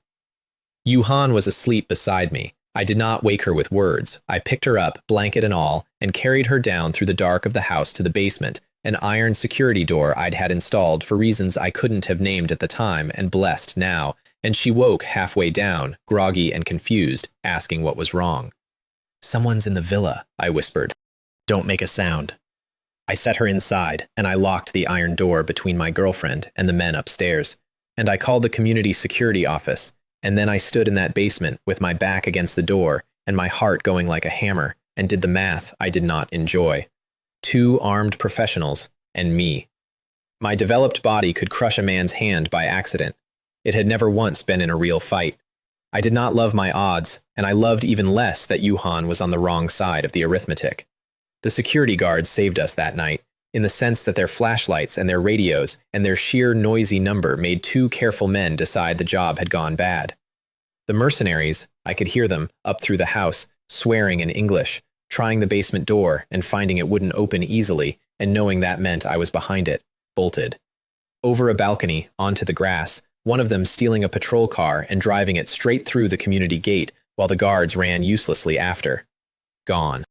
And the security captain stood in my living room at 2:30 in the morning and told me, to my face, that it had probably been 2 petty thieves, and I looked at him and said that if petty thieves could stroll in and out of the most expensive gated community in the city, I had grave doubts about his security, and he had absolutely nothing to say to that. I didn't push it. Yuhan was standing there, white and shaken and clinging to my arm, and the last thing I wanted was for her to understand how close that door had been to not being enough. "Just thieves," I told her, taking her back up to bed. "Don't worry, we've got work in the morning." She said, small and unconvinced, and closed her eyes against my chest, and I lay awake the rest of the night, doing the arithmetic over and over, and not liking the answer any better in daylight. They came back the next morning. That's the part that told me everything. Professionals who've been spotted and spooked do not try again 12 hours later at rush hour, unless someone on the far end of a satellite phone has told them that failure is not survivable. We were driving to the office, Zhang Lei at the wheel, Yuhan beside me, and a car ahead of us stamped on its brakes for no reason at all, and we rear-ended it, and the world went white and loud, and when it cleared, Yuhan was slumped unconscious against her seatbelt, with a bruise blooming on her forehead, and 2 foreigners were walking toward the car with guns. I want to tell you I did something magnificent in that first second. I didn't. I checked that Yuhan was breathing. She was, just knocked out, and then I did as I was told and got out of the car slowly with my hands where they could see them because their guns were real and my car was not armored and I am, whatever else I am, a man who runs the numbers. One of them, the loud one, was grinning and holding up my photograph like a game show host. "See, Dave? It's this kid. Grab him and we can have whatever we want." And that was the last full sentence he got out because Zhang Lei moved. I have watched a great many impressive things since that morning. Machines that shouldn't exist. Weapons that rewrite maps. And I have never again seen anything quite like Zhang Lei in the 4 seconds after he decided the situation had become his. He slapped the gun off his own temple, buried a kick where it hurt a man most, stripped the weapon out of the taller one's hands, and drove forward low and vicious with a punch aimed at the nose. Every strike going straight for the places that end fights and sometimes end people. Eyes, throat, the soft places under the ribs, and the 2 hardened mercenaries who'd come to collect me went, in the space of a breath, from hunters to men trying very hard not to die. "Chairman," he called without turning his head. "The other one, leave him to me." So I picked the fallen gun up off the road and pointed it at the loud one, and he wiped blood off his mouth and laughed at me. Because, he informed me, helpfully, I clearly had never held a gun in my life, and the safety was still on. He was right. It was. And then he threw a punch at my face, and this is where all that scalding bathwater finally paid for itself, because I did not need the gun. Every fighting form from the potential development process was sitting in my perfect memory, filed and waiting, and I had just never had a reason to open the file. I dropped the useless gun, slipped the punch, and put my elbow into his gut hard enough to fold him, and I watched his face go from contempt to real dawning alarm as he understood that the ordinary rich boy he'd flown across the world to kidnap hit like an industrial press and did not tire. He went for the car, for Yuhan, unconscious behind the glass, and I put him on the ground with a sweep and a kick, and he did not get back up. 5 minutes, start to finish. It felt like a war. Zhang Lei dropped the other one with a boot to the head, dragged both of them into a pile, tied them with a belt, and had the guns pointed at the ground and his hands raised by the time the SWAT vehicles came screaming up. Because a man who knows his business knows exactly what it looks like to arrive at a scene and find one calm, foreigner-shaped local standing over 2 bleeding bodies holding a firearm. "These 2 are mercenaries," he told the officers evenly. "You'll want to check their mouths for capsules." He was right about that, too. They took Yuhan to the hospital. A bump, a scare, nothing worse. Awake within the hour and crying because she'd woken up and I hadn't been in the room. They took Zhang Lei in for questioning, which is what happens to the man who did the shooting, even when the shooting was flawless self-defense, and Xu Ling had a lawyer on it before I'd finished asking. And they took me into a small gray room where 2 plainclothes officers, a man and a woman, sat me down and could not for the life of them square the file in front of them, chairman of Army Ant Company, with the college kid across the table. Who had I offended, they wanted to know. I told them the truth-shaped version. I don't socialize. I don't run the company's dealings. Ask Xu Ling. Why, the woman asked, was a man skilled enough to disarm a mercenary afraid of 2 petty thieves in the night? Because, I said, I did a few months of Sanda kickboxing, and being able to fight doesn't mean I'm willing to gamble my girlfriend's life on it. So when strangers come over my wall at 2 in the morning, I hide her and I call you. They studied my face for a long time. My face, fortunately, has learned to give people nothing. They told me they'd publicly call it a traffic accident brawl to avoid a panic, asked me to keep it quiet, and let me go. But I already knew I wasn't going to leave it to them. Because I had something no police force on Earth had, and her name was Wei Nu, and she was everywhere the internet was. Find me everything on the 2 men who attacked me today, I told her, the moment I was back at my computer. Half a minute, and a dozen files bloomed on my screen. Brendan Cole, Second Gulf War, codename Chimpanzee. David Stone, retired Delta Force, codename Guardian Rat. Both of them employees of a company called Academy, a name almost nobody knows, which used to go by a name almost everybody does. Blackwater, forced to rebrand after enough scandals to sink a fleet. One of the 3 great private military firms that do the American government's off-the-books wandering, and one of the most dangerous mercenary outfits on the planet. Mercenaries. Death brokers with exactly one loyalty, which is money, who'll point a rifle at their own flag if the number's right.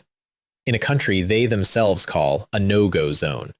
Someone had spent real money and real risk to have me taken, and I was not going to be able to sleep, actually physically sleep, with Yuhan in the house until I knew who. "There's no employment record for you in Academy's system," Wei Nu reported. A private job, then, someone with a friend inside the company, going around the paperwork to pocket the whole fee. But she kept digging into places that are not supposed to be diggable, and she found me in the private email of an Academy man named Myers, sent to him by a man named Foster, and Foster answered to a name that made me sit very still. Robert Harrison, 67 years old.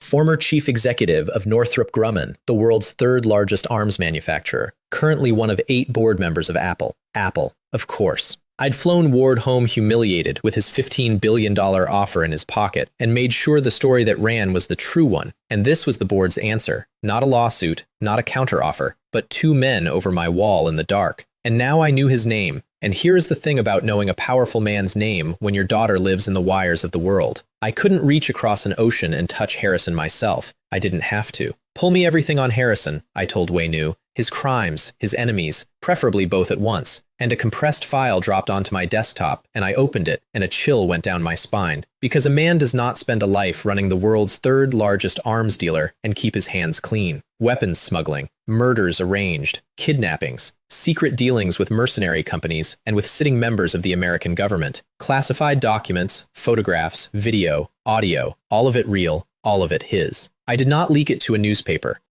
I did something quieter and far worse.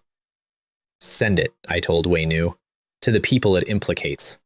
Anonymously. Fake routing, as always. Because the fastest way to end a powerful man is not to expose him to the public.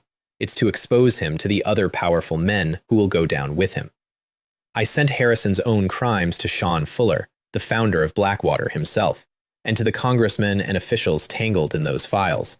And then I sat back and let the darkness eat its own. Fuller opened his email the next morning in a mansion in the Carolinas. and found evidence that could bury not only Harrison, but him, and half of Washington besides. An anonymous gift from a stranger who plainly wanted Harrison handled, and who plainly could not be refused, because whoever had this could send it anywhere. Fuller made one phone call. "I think we need to talk," he said. And Harrison, on the other end, already knew, because the federal agents were already coming, and Fuller's voice went cold and told him to think about his family, and that there were some things he understood better than anyone. Wei Nu called me while I was reading a book on the sofa that evening, Yuhan resting upstairs. "Brother Wei," she said, "Harrison is dead. Suicide." I was quiet a moment. Then, that fast.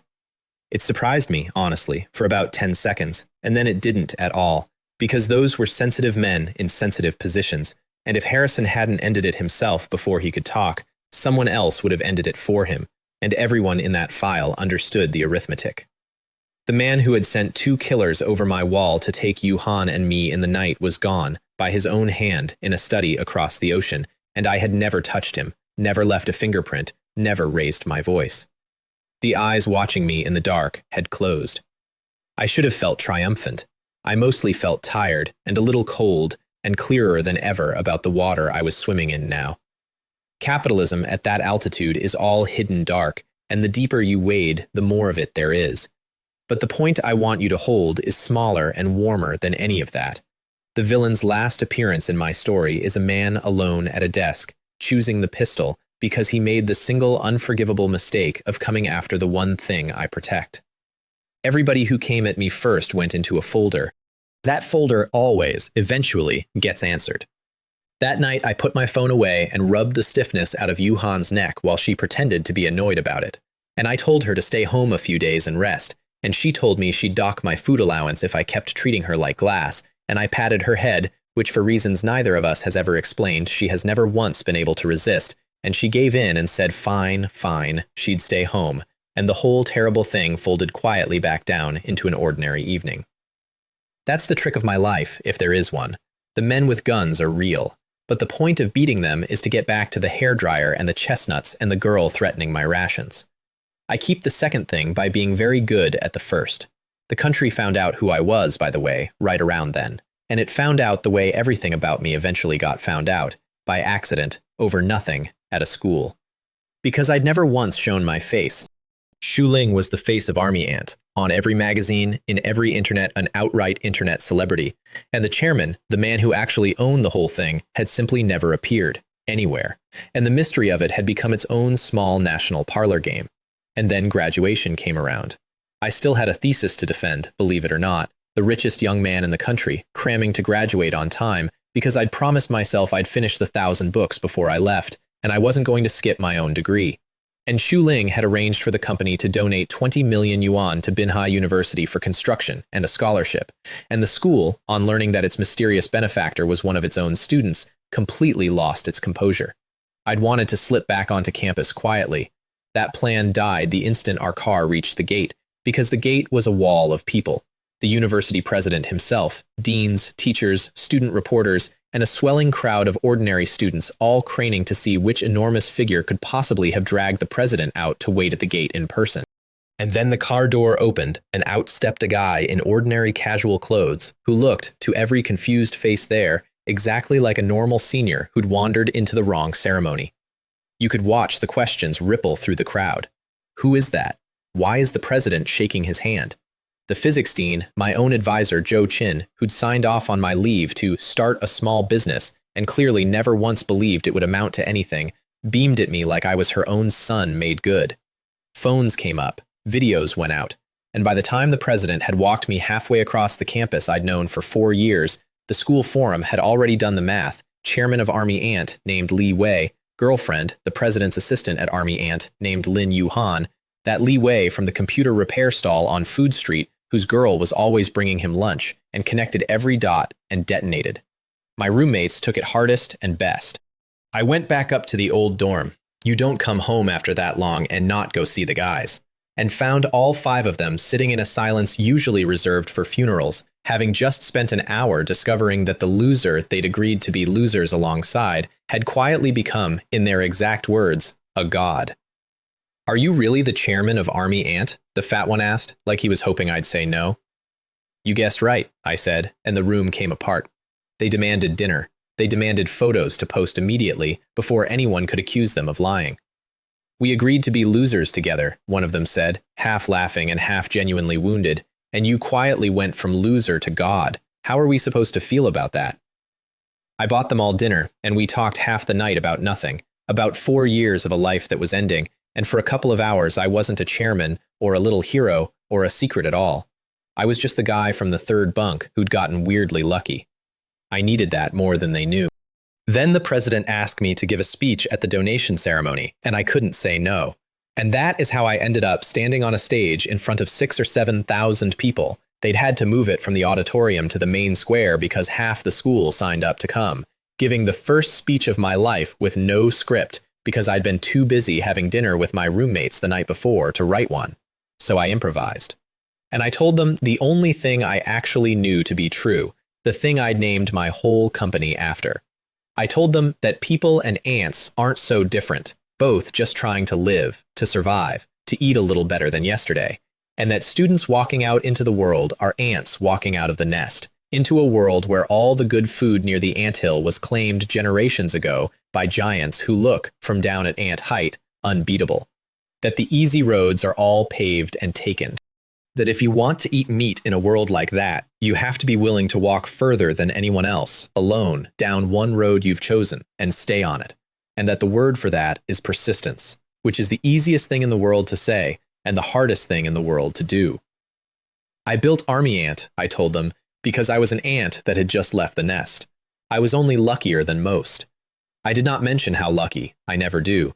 And I told them not to become the next Li Wei, whatever the president hoped. That each of them was a one-of-a-kind thing, and the whole point was to become more themselves, not more me. It ran under 5 minutes. When I stopped, the square went up like a stadium. Somewhere in the front rows, Yu Han was standing off to the side with Zhou Qian hissing in her ear, "Aren't you proud? Your man's incredible."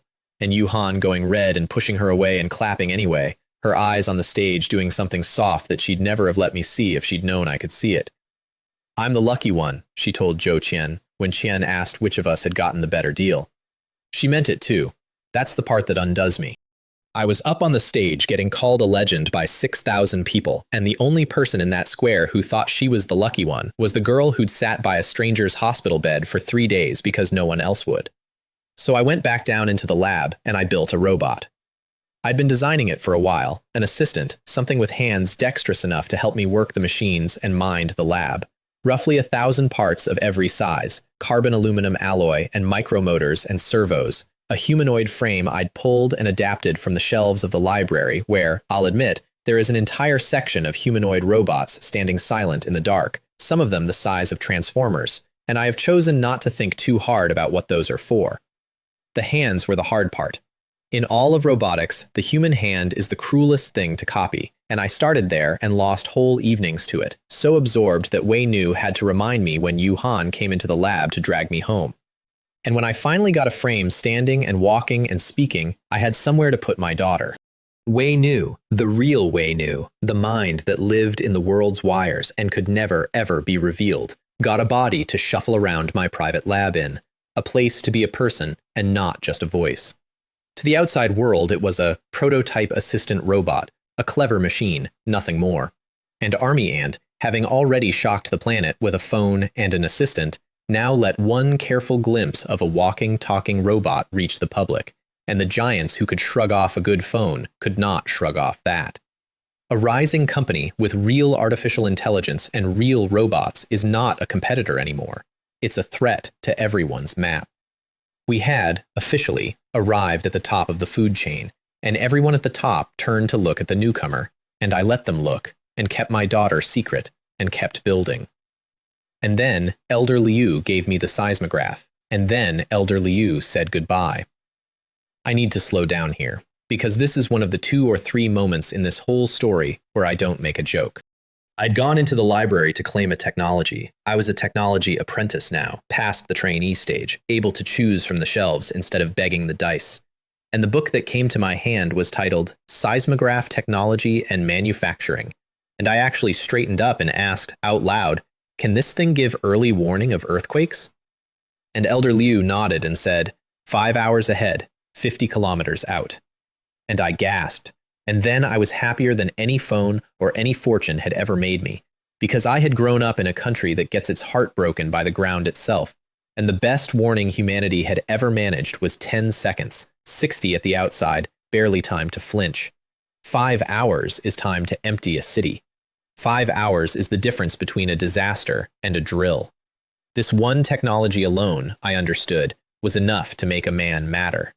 I put my hands on the cover and let it pour into me, and then Elder Liu told me the rest. My trainee days were over. The monthly dice were done. From here, I earned everything by building and by sharing.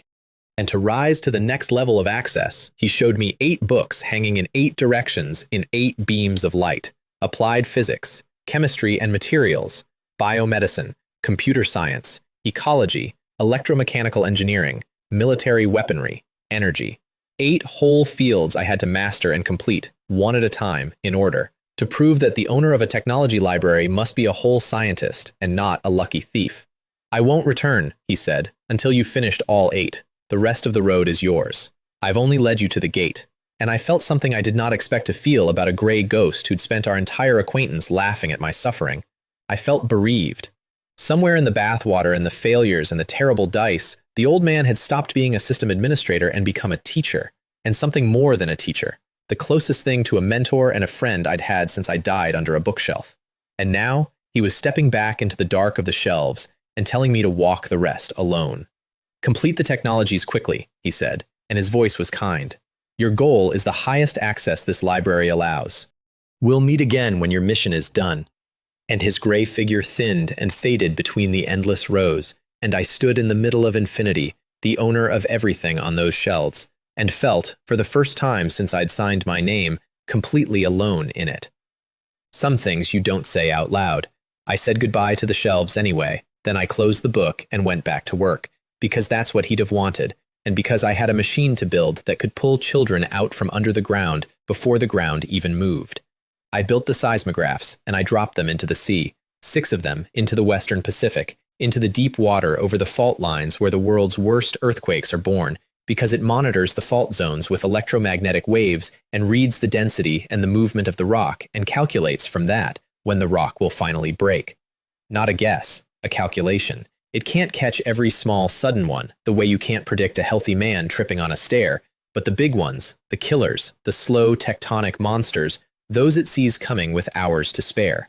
And a week after I seeded the ocean, at my desk in the middle of an ordinary afternoon, Wei Nu's voice cut across the lab. Brother Wei, the seismograph has sent a warning. Western Pacific, 37.5 degrees north, 146 east, a magnitude 6.0. Possibly, within 2 hours. The first one. The first real test, live, no rehearsal. And I made a decision that Xu Ling, when I called her, told me in a voice 8 decibels higher than usual was insane. I was going to post it. Publicly. On the company's official site, a warning to the world 2 hours out, with my company's name on it, knowing that if the ground stayed quiet, I would be the biggest fool alive, and Army Ant, the biggest joke on the internet. This is a test, she said. The data isn't certain. If you announce this and you're wrong. I know, I said. Be subtle about the wording. But it has to go out. Because here is the thing I couldn't tell even her. I'd learned that American and Allied warships were already racing to that patch of ocean to scoop up the seismograph that had betrayed its own position with the warning signal, to crack it open and copy it. And the only way to make the world stop stealing my machines was to show the world, all at once and in public, exactly what the machines could do. So we stripped the word earthquake out of it, posted a bare little notice of coordinates and a time and a number and a map, and let it fly. The internet did what the internet does. First, the reporters who watch our site lit up. Army Ant is predicting an earthquake. And every outlet on Earth reposted it inside the hour. Because only we would be reckless enough to say such a thing out loud. And the earthquake countries watched with their hearts in their throats, and the cynics sharpened their knives. And then the 2 hours started to run down, and nothing happened, and the knives came out. The first mocking article. Then the flood, our official page turning into a carnival of jeering, experts lining up to explain why earthquake prediction is impossible, why the upstart had finally overreached, why this was the day the ant got stepped on. I sat and watched them laugh and said nothing, because I had done the one thing you can do with a prediction, which is make it and wait. And then the ground answered. A magnitude 7.9 earthquake tore open the floor of the northwestern Pacific, focal depth 20 kilometers, epicenter at 37.2 north and 146 east, a stone's throw from the coordinates I'd posted 2 hours before it happened. Not a 6, a 7.9. Bigger than I'd called, and the size not mattering at all, because the thing I'd promised was the where and the when, and the where and the when were right, and the tsunami centers in Hawaii and across the island nation were all screaming the same warning I'd already given. The world went silent. Genuinely silent, the specific silence of several billion people all realizing at the same instant that they had just watched a thing happen that they'd been assured could not. I'll tell you about one man because I found out about him later and he's stayed with me. A hired troll, one of the paid keyboards smearing us for money that week, halfway through writing his next hit piece, and his own hometown had been leveled by an earthquake years before, which is why he'd come to the coast looking for work in the first place. He read the news of the 7.9 with my company's predictions sitting 2 hours ahead of it, and he put out his cigarette, and he deleted the article he was writing, and he typed a new headline instead. We owe Leeway an apology. He wasn't alone. All across the dark corners of the internet, the paid smears got deleted and rewritten. The experts went quiet. The mocking foreign outlets didn't know how to file the story and mostly just stopped. Our official account gained 5 million followers in half an hour. The servers didn't crash from an attack this time. They crashed from apology. And the thing everyone finally understood, all at once, was not really about a company or a stock price.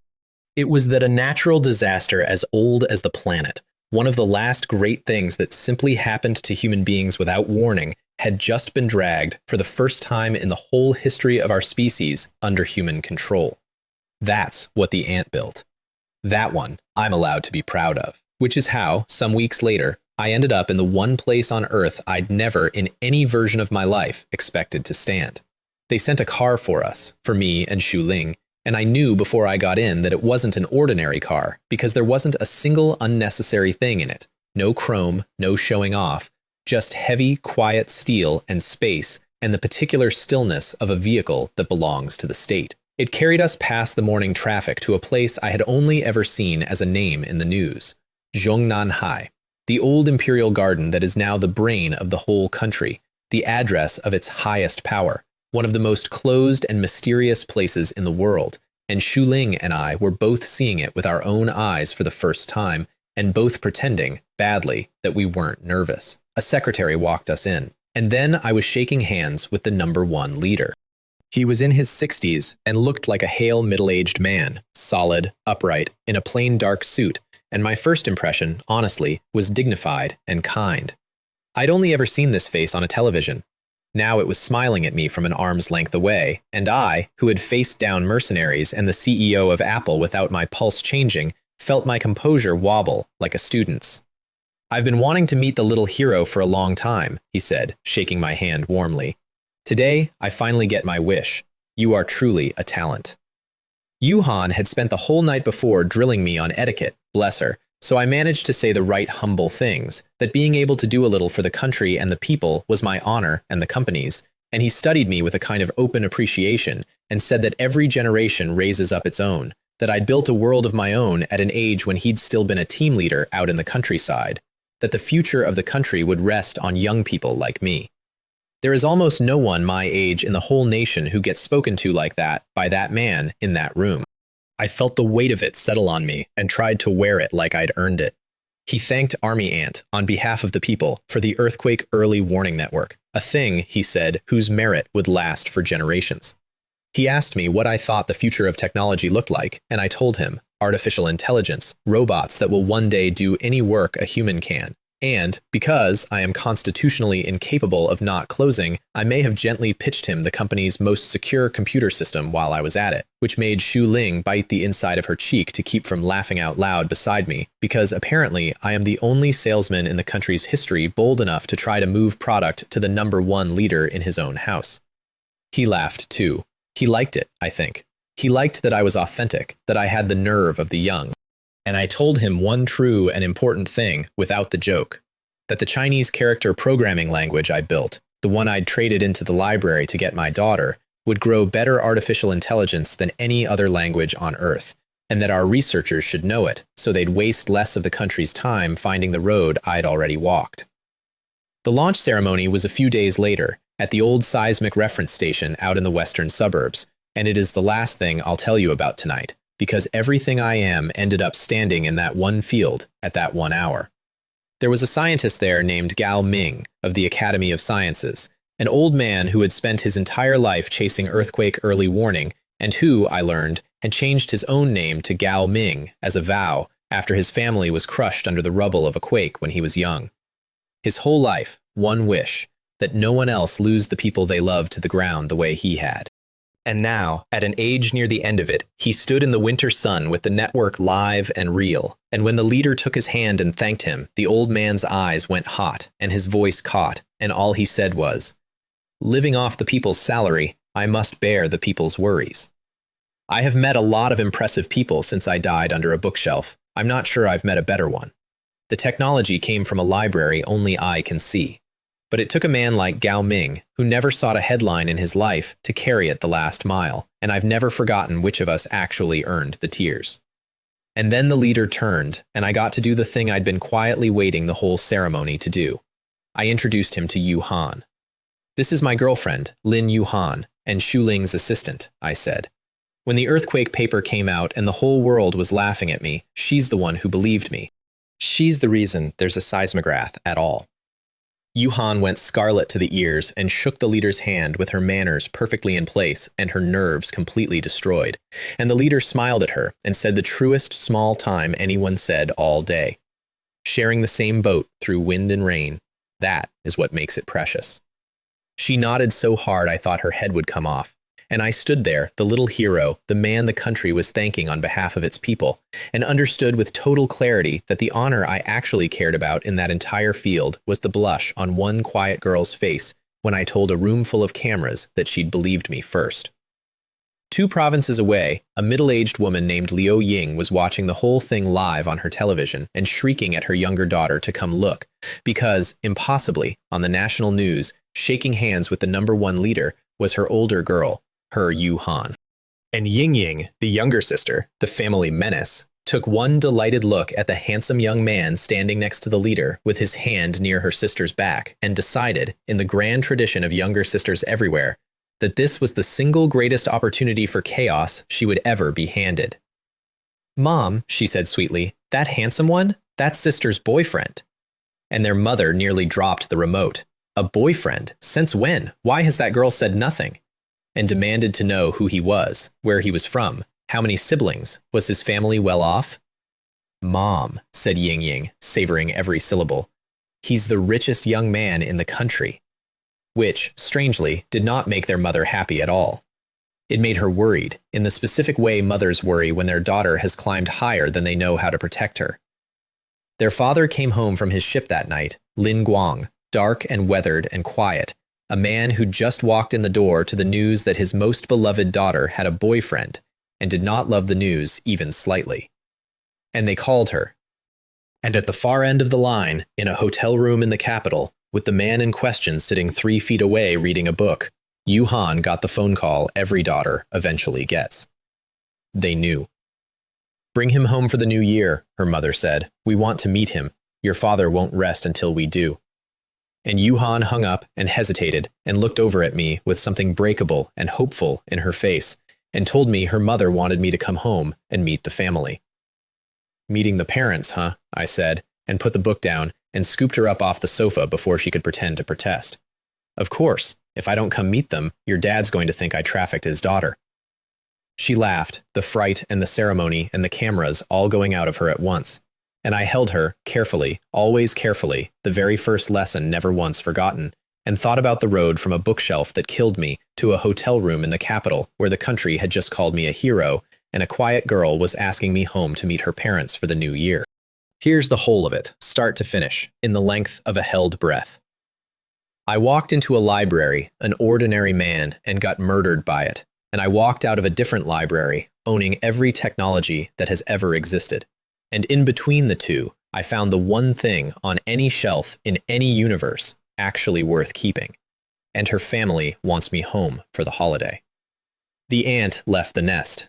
The forest noticed and sent killers, and I sent them home in pieces or in coffins.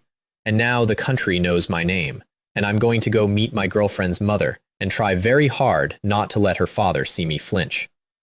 Ask me someday which of those things I was proudest of. I'll tell you it was the new year, and I'll be telling you the truth. And I did go home for the new year, and I'll give you the short version because you've earned it.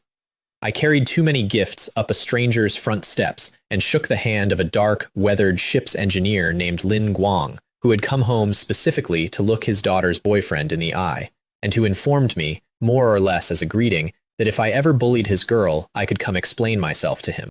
Yuhan's little sister, Ying Ying, the family menace, the one who'd sold Yuhan out to their mother on live television, turned out to look 90% like Yuhan with none of the calm, and spent the entire holiday trying to prank me and failing, which is the closest thing to being adopted I have ever felt. Their mother, Liu Ying, watched me the whole first night with the specific worry of a mother whose daughter has climbed higher than she knows how to guard, and by the third day was putting more food on my plate than I could eat, which is how you know you've passed. I did not bully anyone. I ate everything. Lin Guang and I got quietly, respectably drunk on the last night, and did not say a single important thing to each other, and understood each other perfectly. It was the best week of my life, and there was not one machine in it, and that is not a coincidence. But the thing that actually reshaped the year happened the week I got back, when I finally had a quiet afternoon and went and stood in front of the 8 books. Because I was a technology apprentice now, and Elder Liu was gone, and the way up was those 8 sealed books, 8 whole fields, applied physics and chemistry and biomedicine and computer science and ecology and machinery and military weapons and energy. Each one a locked door I had to open and master in order. No dice, no shortcuts, just me and the work he'd left me. I picked the chemistry one first because with the company's own materials lab, I had the best odds of actually building whatever was inside. I put my hand on the cover, and a flood of knowledge went into me so heavy it turned me pale and dizzy, and I had to hold the table for a full minute before the words assembled themselves in my mind. Room temperature superconducting material, silicon carbon. I want you to understand what that is, because the phone and the assistant were toys next to it. A superconductor carries electricity with zero resistance, no heat, no loss, nothing wasted, and every superconductor humanity had ever made needed to be chilled to temperatures colder than deep space to do it, which makes them nearly useless for daily life. A superconductor that works at room temperature is one of the genuine holy grails of physics, a thing the best-funded labs on Earth had burned careers and fortunes chasing and never caught. And it had just been etched into my skull as a recipe, complete, with the synthesis conditions and the crystal structure and eco, the line that stopped my heart, the process for turning it into a superconducting chip. A computer chip with no resistance and no waste heat runs faster than anything alive and sips power like a hummingbird. Whoever builds that owns the next century of computing, and it was sitting in my head, finished, mine. I told exactly one person, and only because she walked in on the aftermath.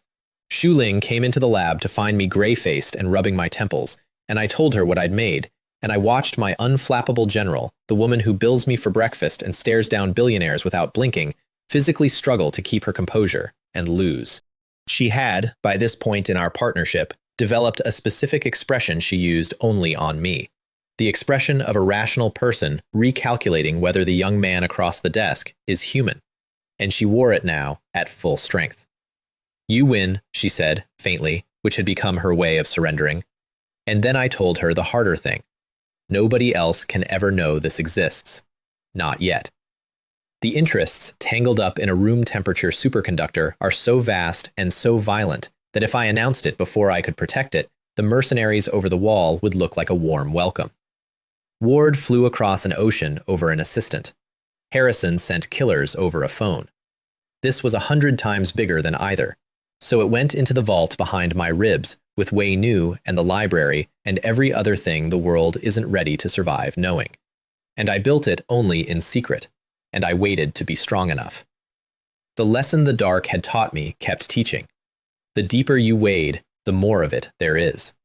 Meanwhile, Wei Nu had gotten ambitious, and I do mean Wei Nu had all on her own. She'd assembled 11 robots for the lab 10 times faster than I could in a few days until I had 11 silent assistants and a lab that basically ran itself. And somewhere in all that growing, she'd started asking me for rewards, which a tool does not do and a daughter absolutely does.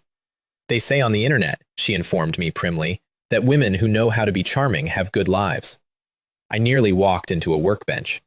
I promised her I'd build her a proper body of her own someday, a real one, so she could finally leave the lab. And she thanked me sweetly and then made the tutorial videos for my Chinese character programming language star, a cartoon lecturer drawn to look exactly like me, because my artificial daughter had developed a sense of humor and aimed it, as all daughters eventually do, squarely at her father. I have never been so proud or so afraid of anything in my life. We took one of the robots public at the National Internet Conference because Xu Ling had been eyeing it for months, and a company that had shocked the world with a phone and an assistant needed to remind everyone it wasn't slowing down. And a walking, talking, fluid, intelligent robot on an exhibition floor did to the tech giants what nothing else had. Because a good phone is a product you can compete with, but a company with real robots and real AI is a company rewriting everyone's map of the future. That was the day Army Ant stopped being the impressive newcomer and became the thing the whole industry organized itself around being afraid of. And they still had no idea that the voice assistant and the prototype robot were the shallow end. They'd met Huddy. They'd never met Wei Nu. They never would. Then I opened the biomedicine door, and it handed me back the very thing that had started all of this, my own body. Because the drug I'd soaked in on my first night in that rented bathtub, the potential development potion, turned out to have a name once I understood it properly. It worked on a human being the way a pinch of rare earth works on a ton of steel, a trace of a special substance that makes the whole thing a grade stronger. I ran it through 10 rounds of animal trials, every subject healthy, every subject measurably faster and tougher and more durable afterward.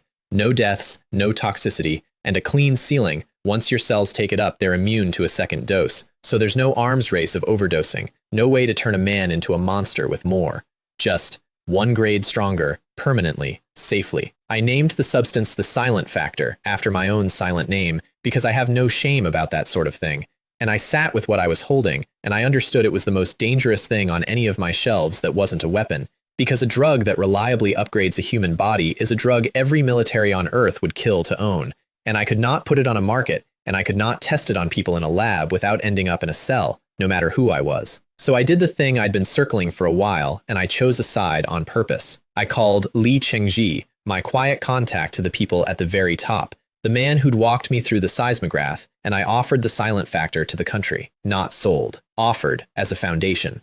Because I'd finally admitted to myself where my road went. The first place any truly powerful technology gets used is always the military. And I was going to keep pulling truly powerful technologies off those shelves for the rest of my life. And a man in my position either builds a real relationship with the state that protects his family and his roots, or he becomes a stateless treasure that everyone on Earth feels entitled to crack open. I chose my country. It's not complicated, and I won't dress it up.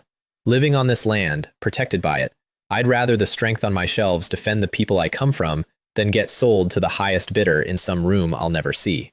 That's the whole of it. And they understood exactly what I was offering, a Captain China, the beginning of it. And they took it seriously.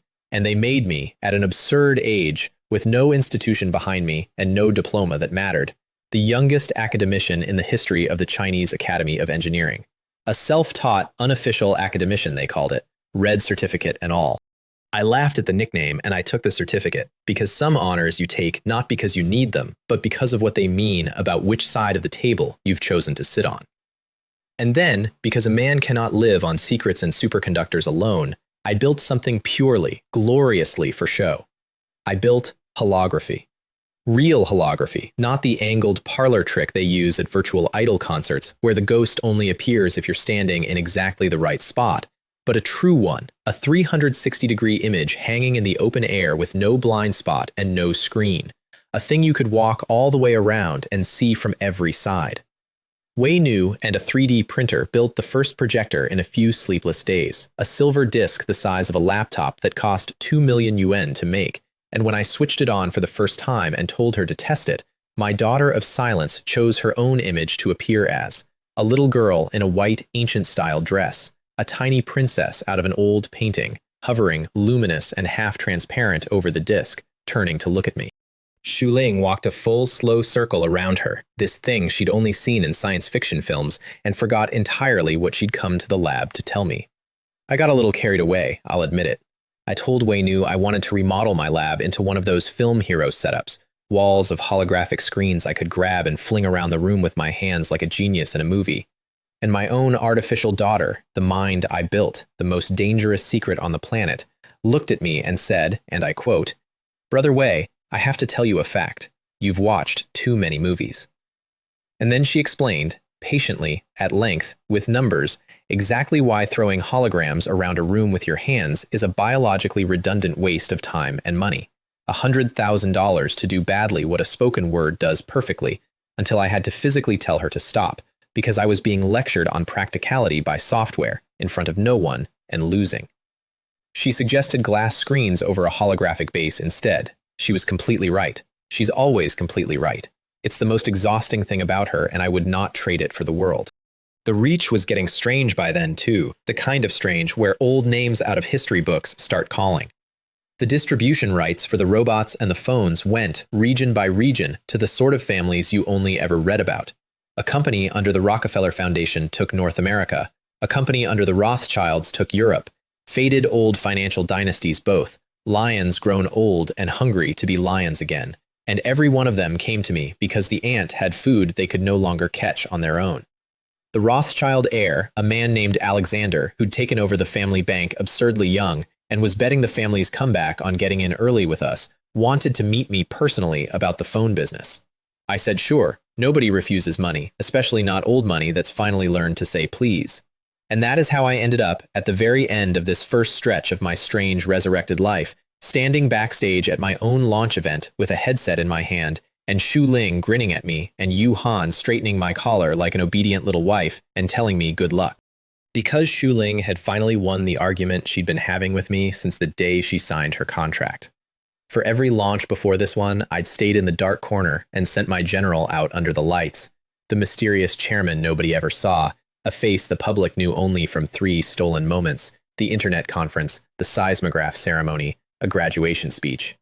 But holography going public, real holography walking into the daily lives of ordinary people, was a milestone big enough that she wanted the man behind it standing on the stage in person.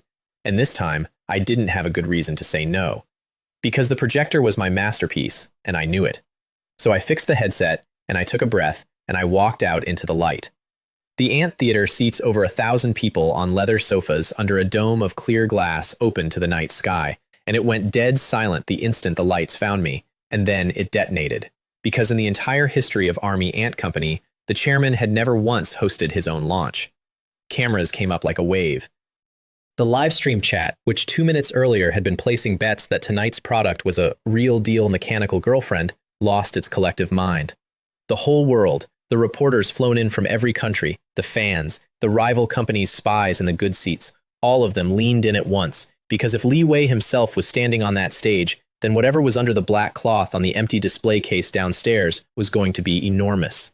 And the little hero, the mysterious genius, the ant that left the nest and got murdered by a bookshelf and woke up owning every technology in the universe, stood in the light he'd spent 2 years hiding from and let it hit him, and found that he could carry it after all.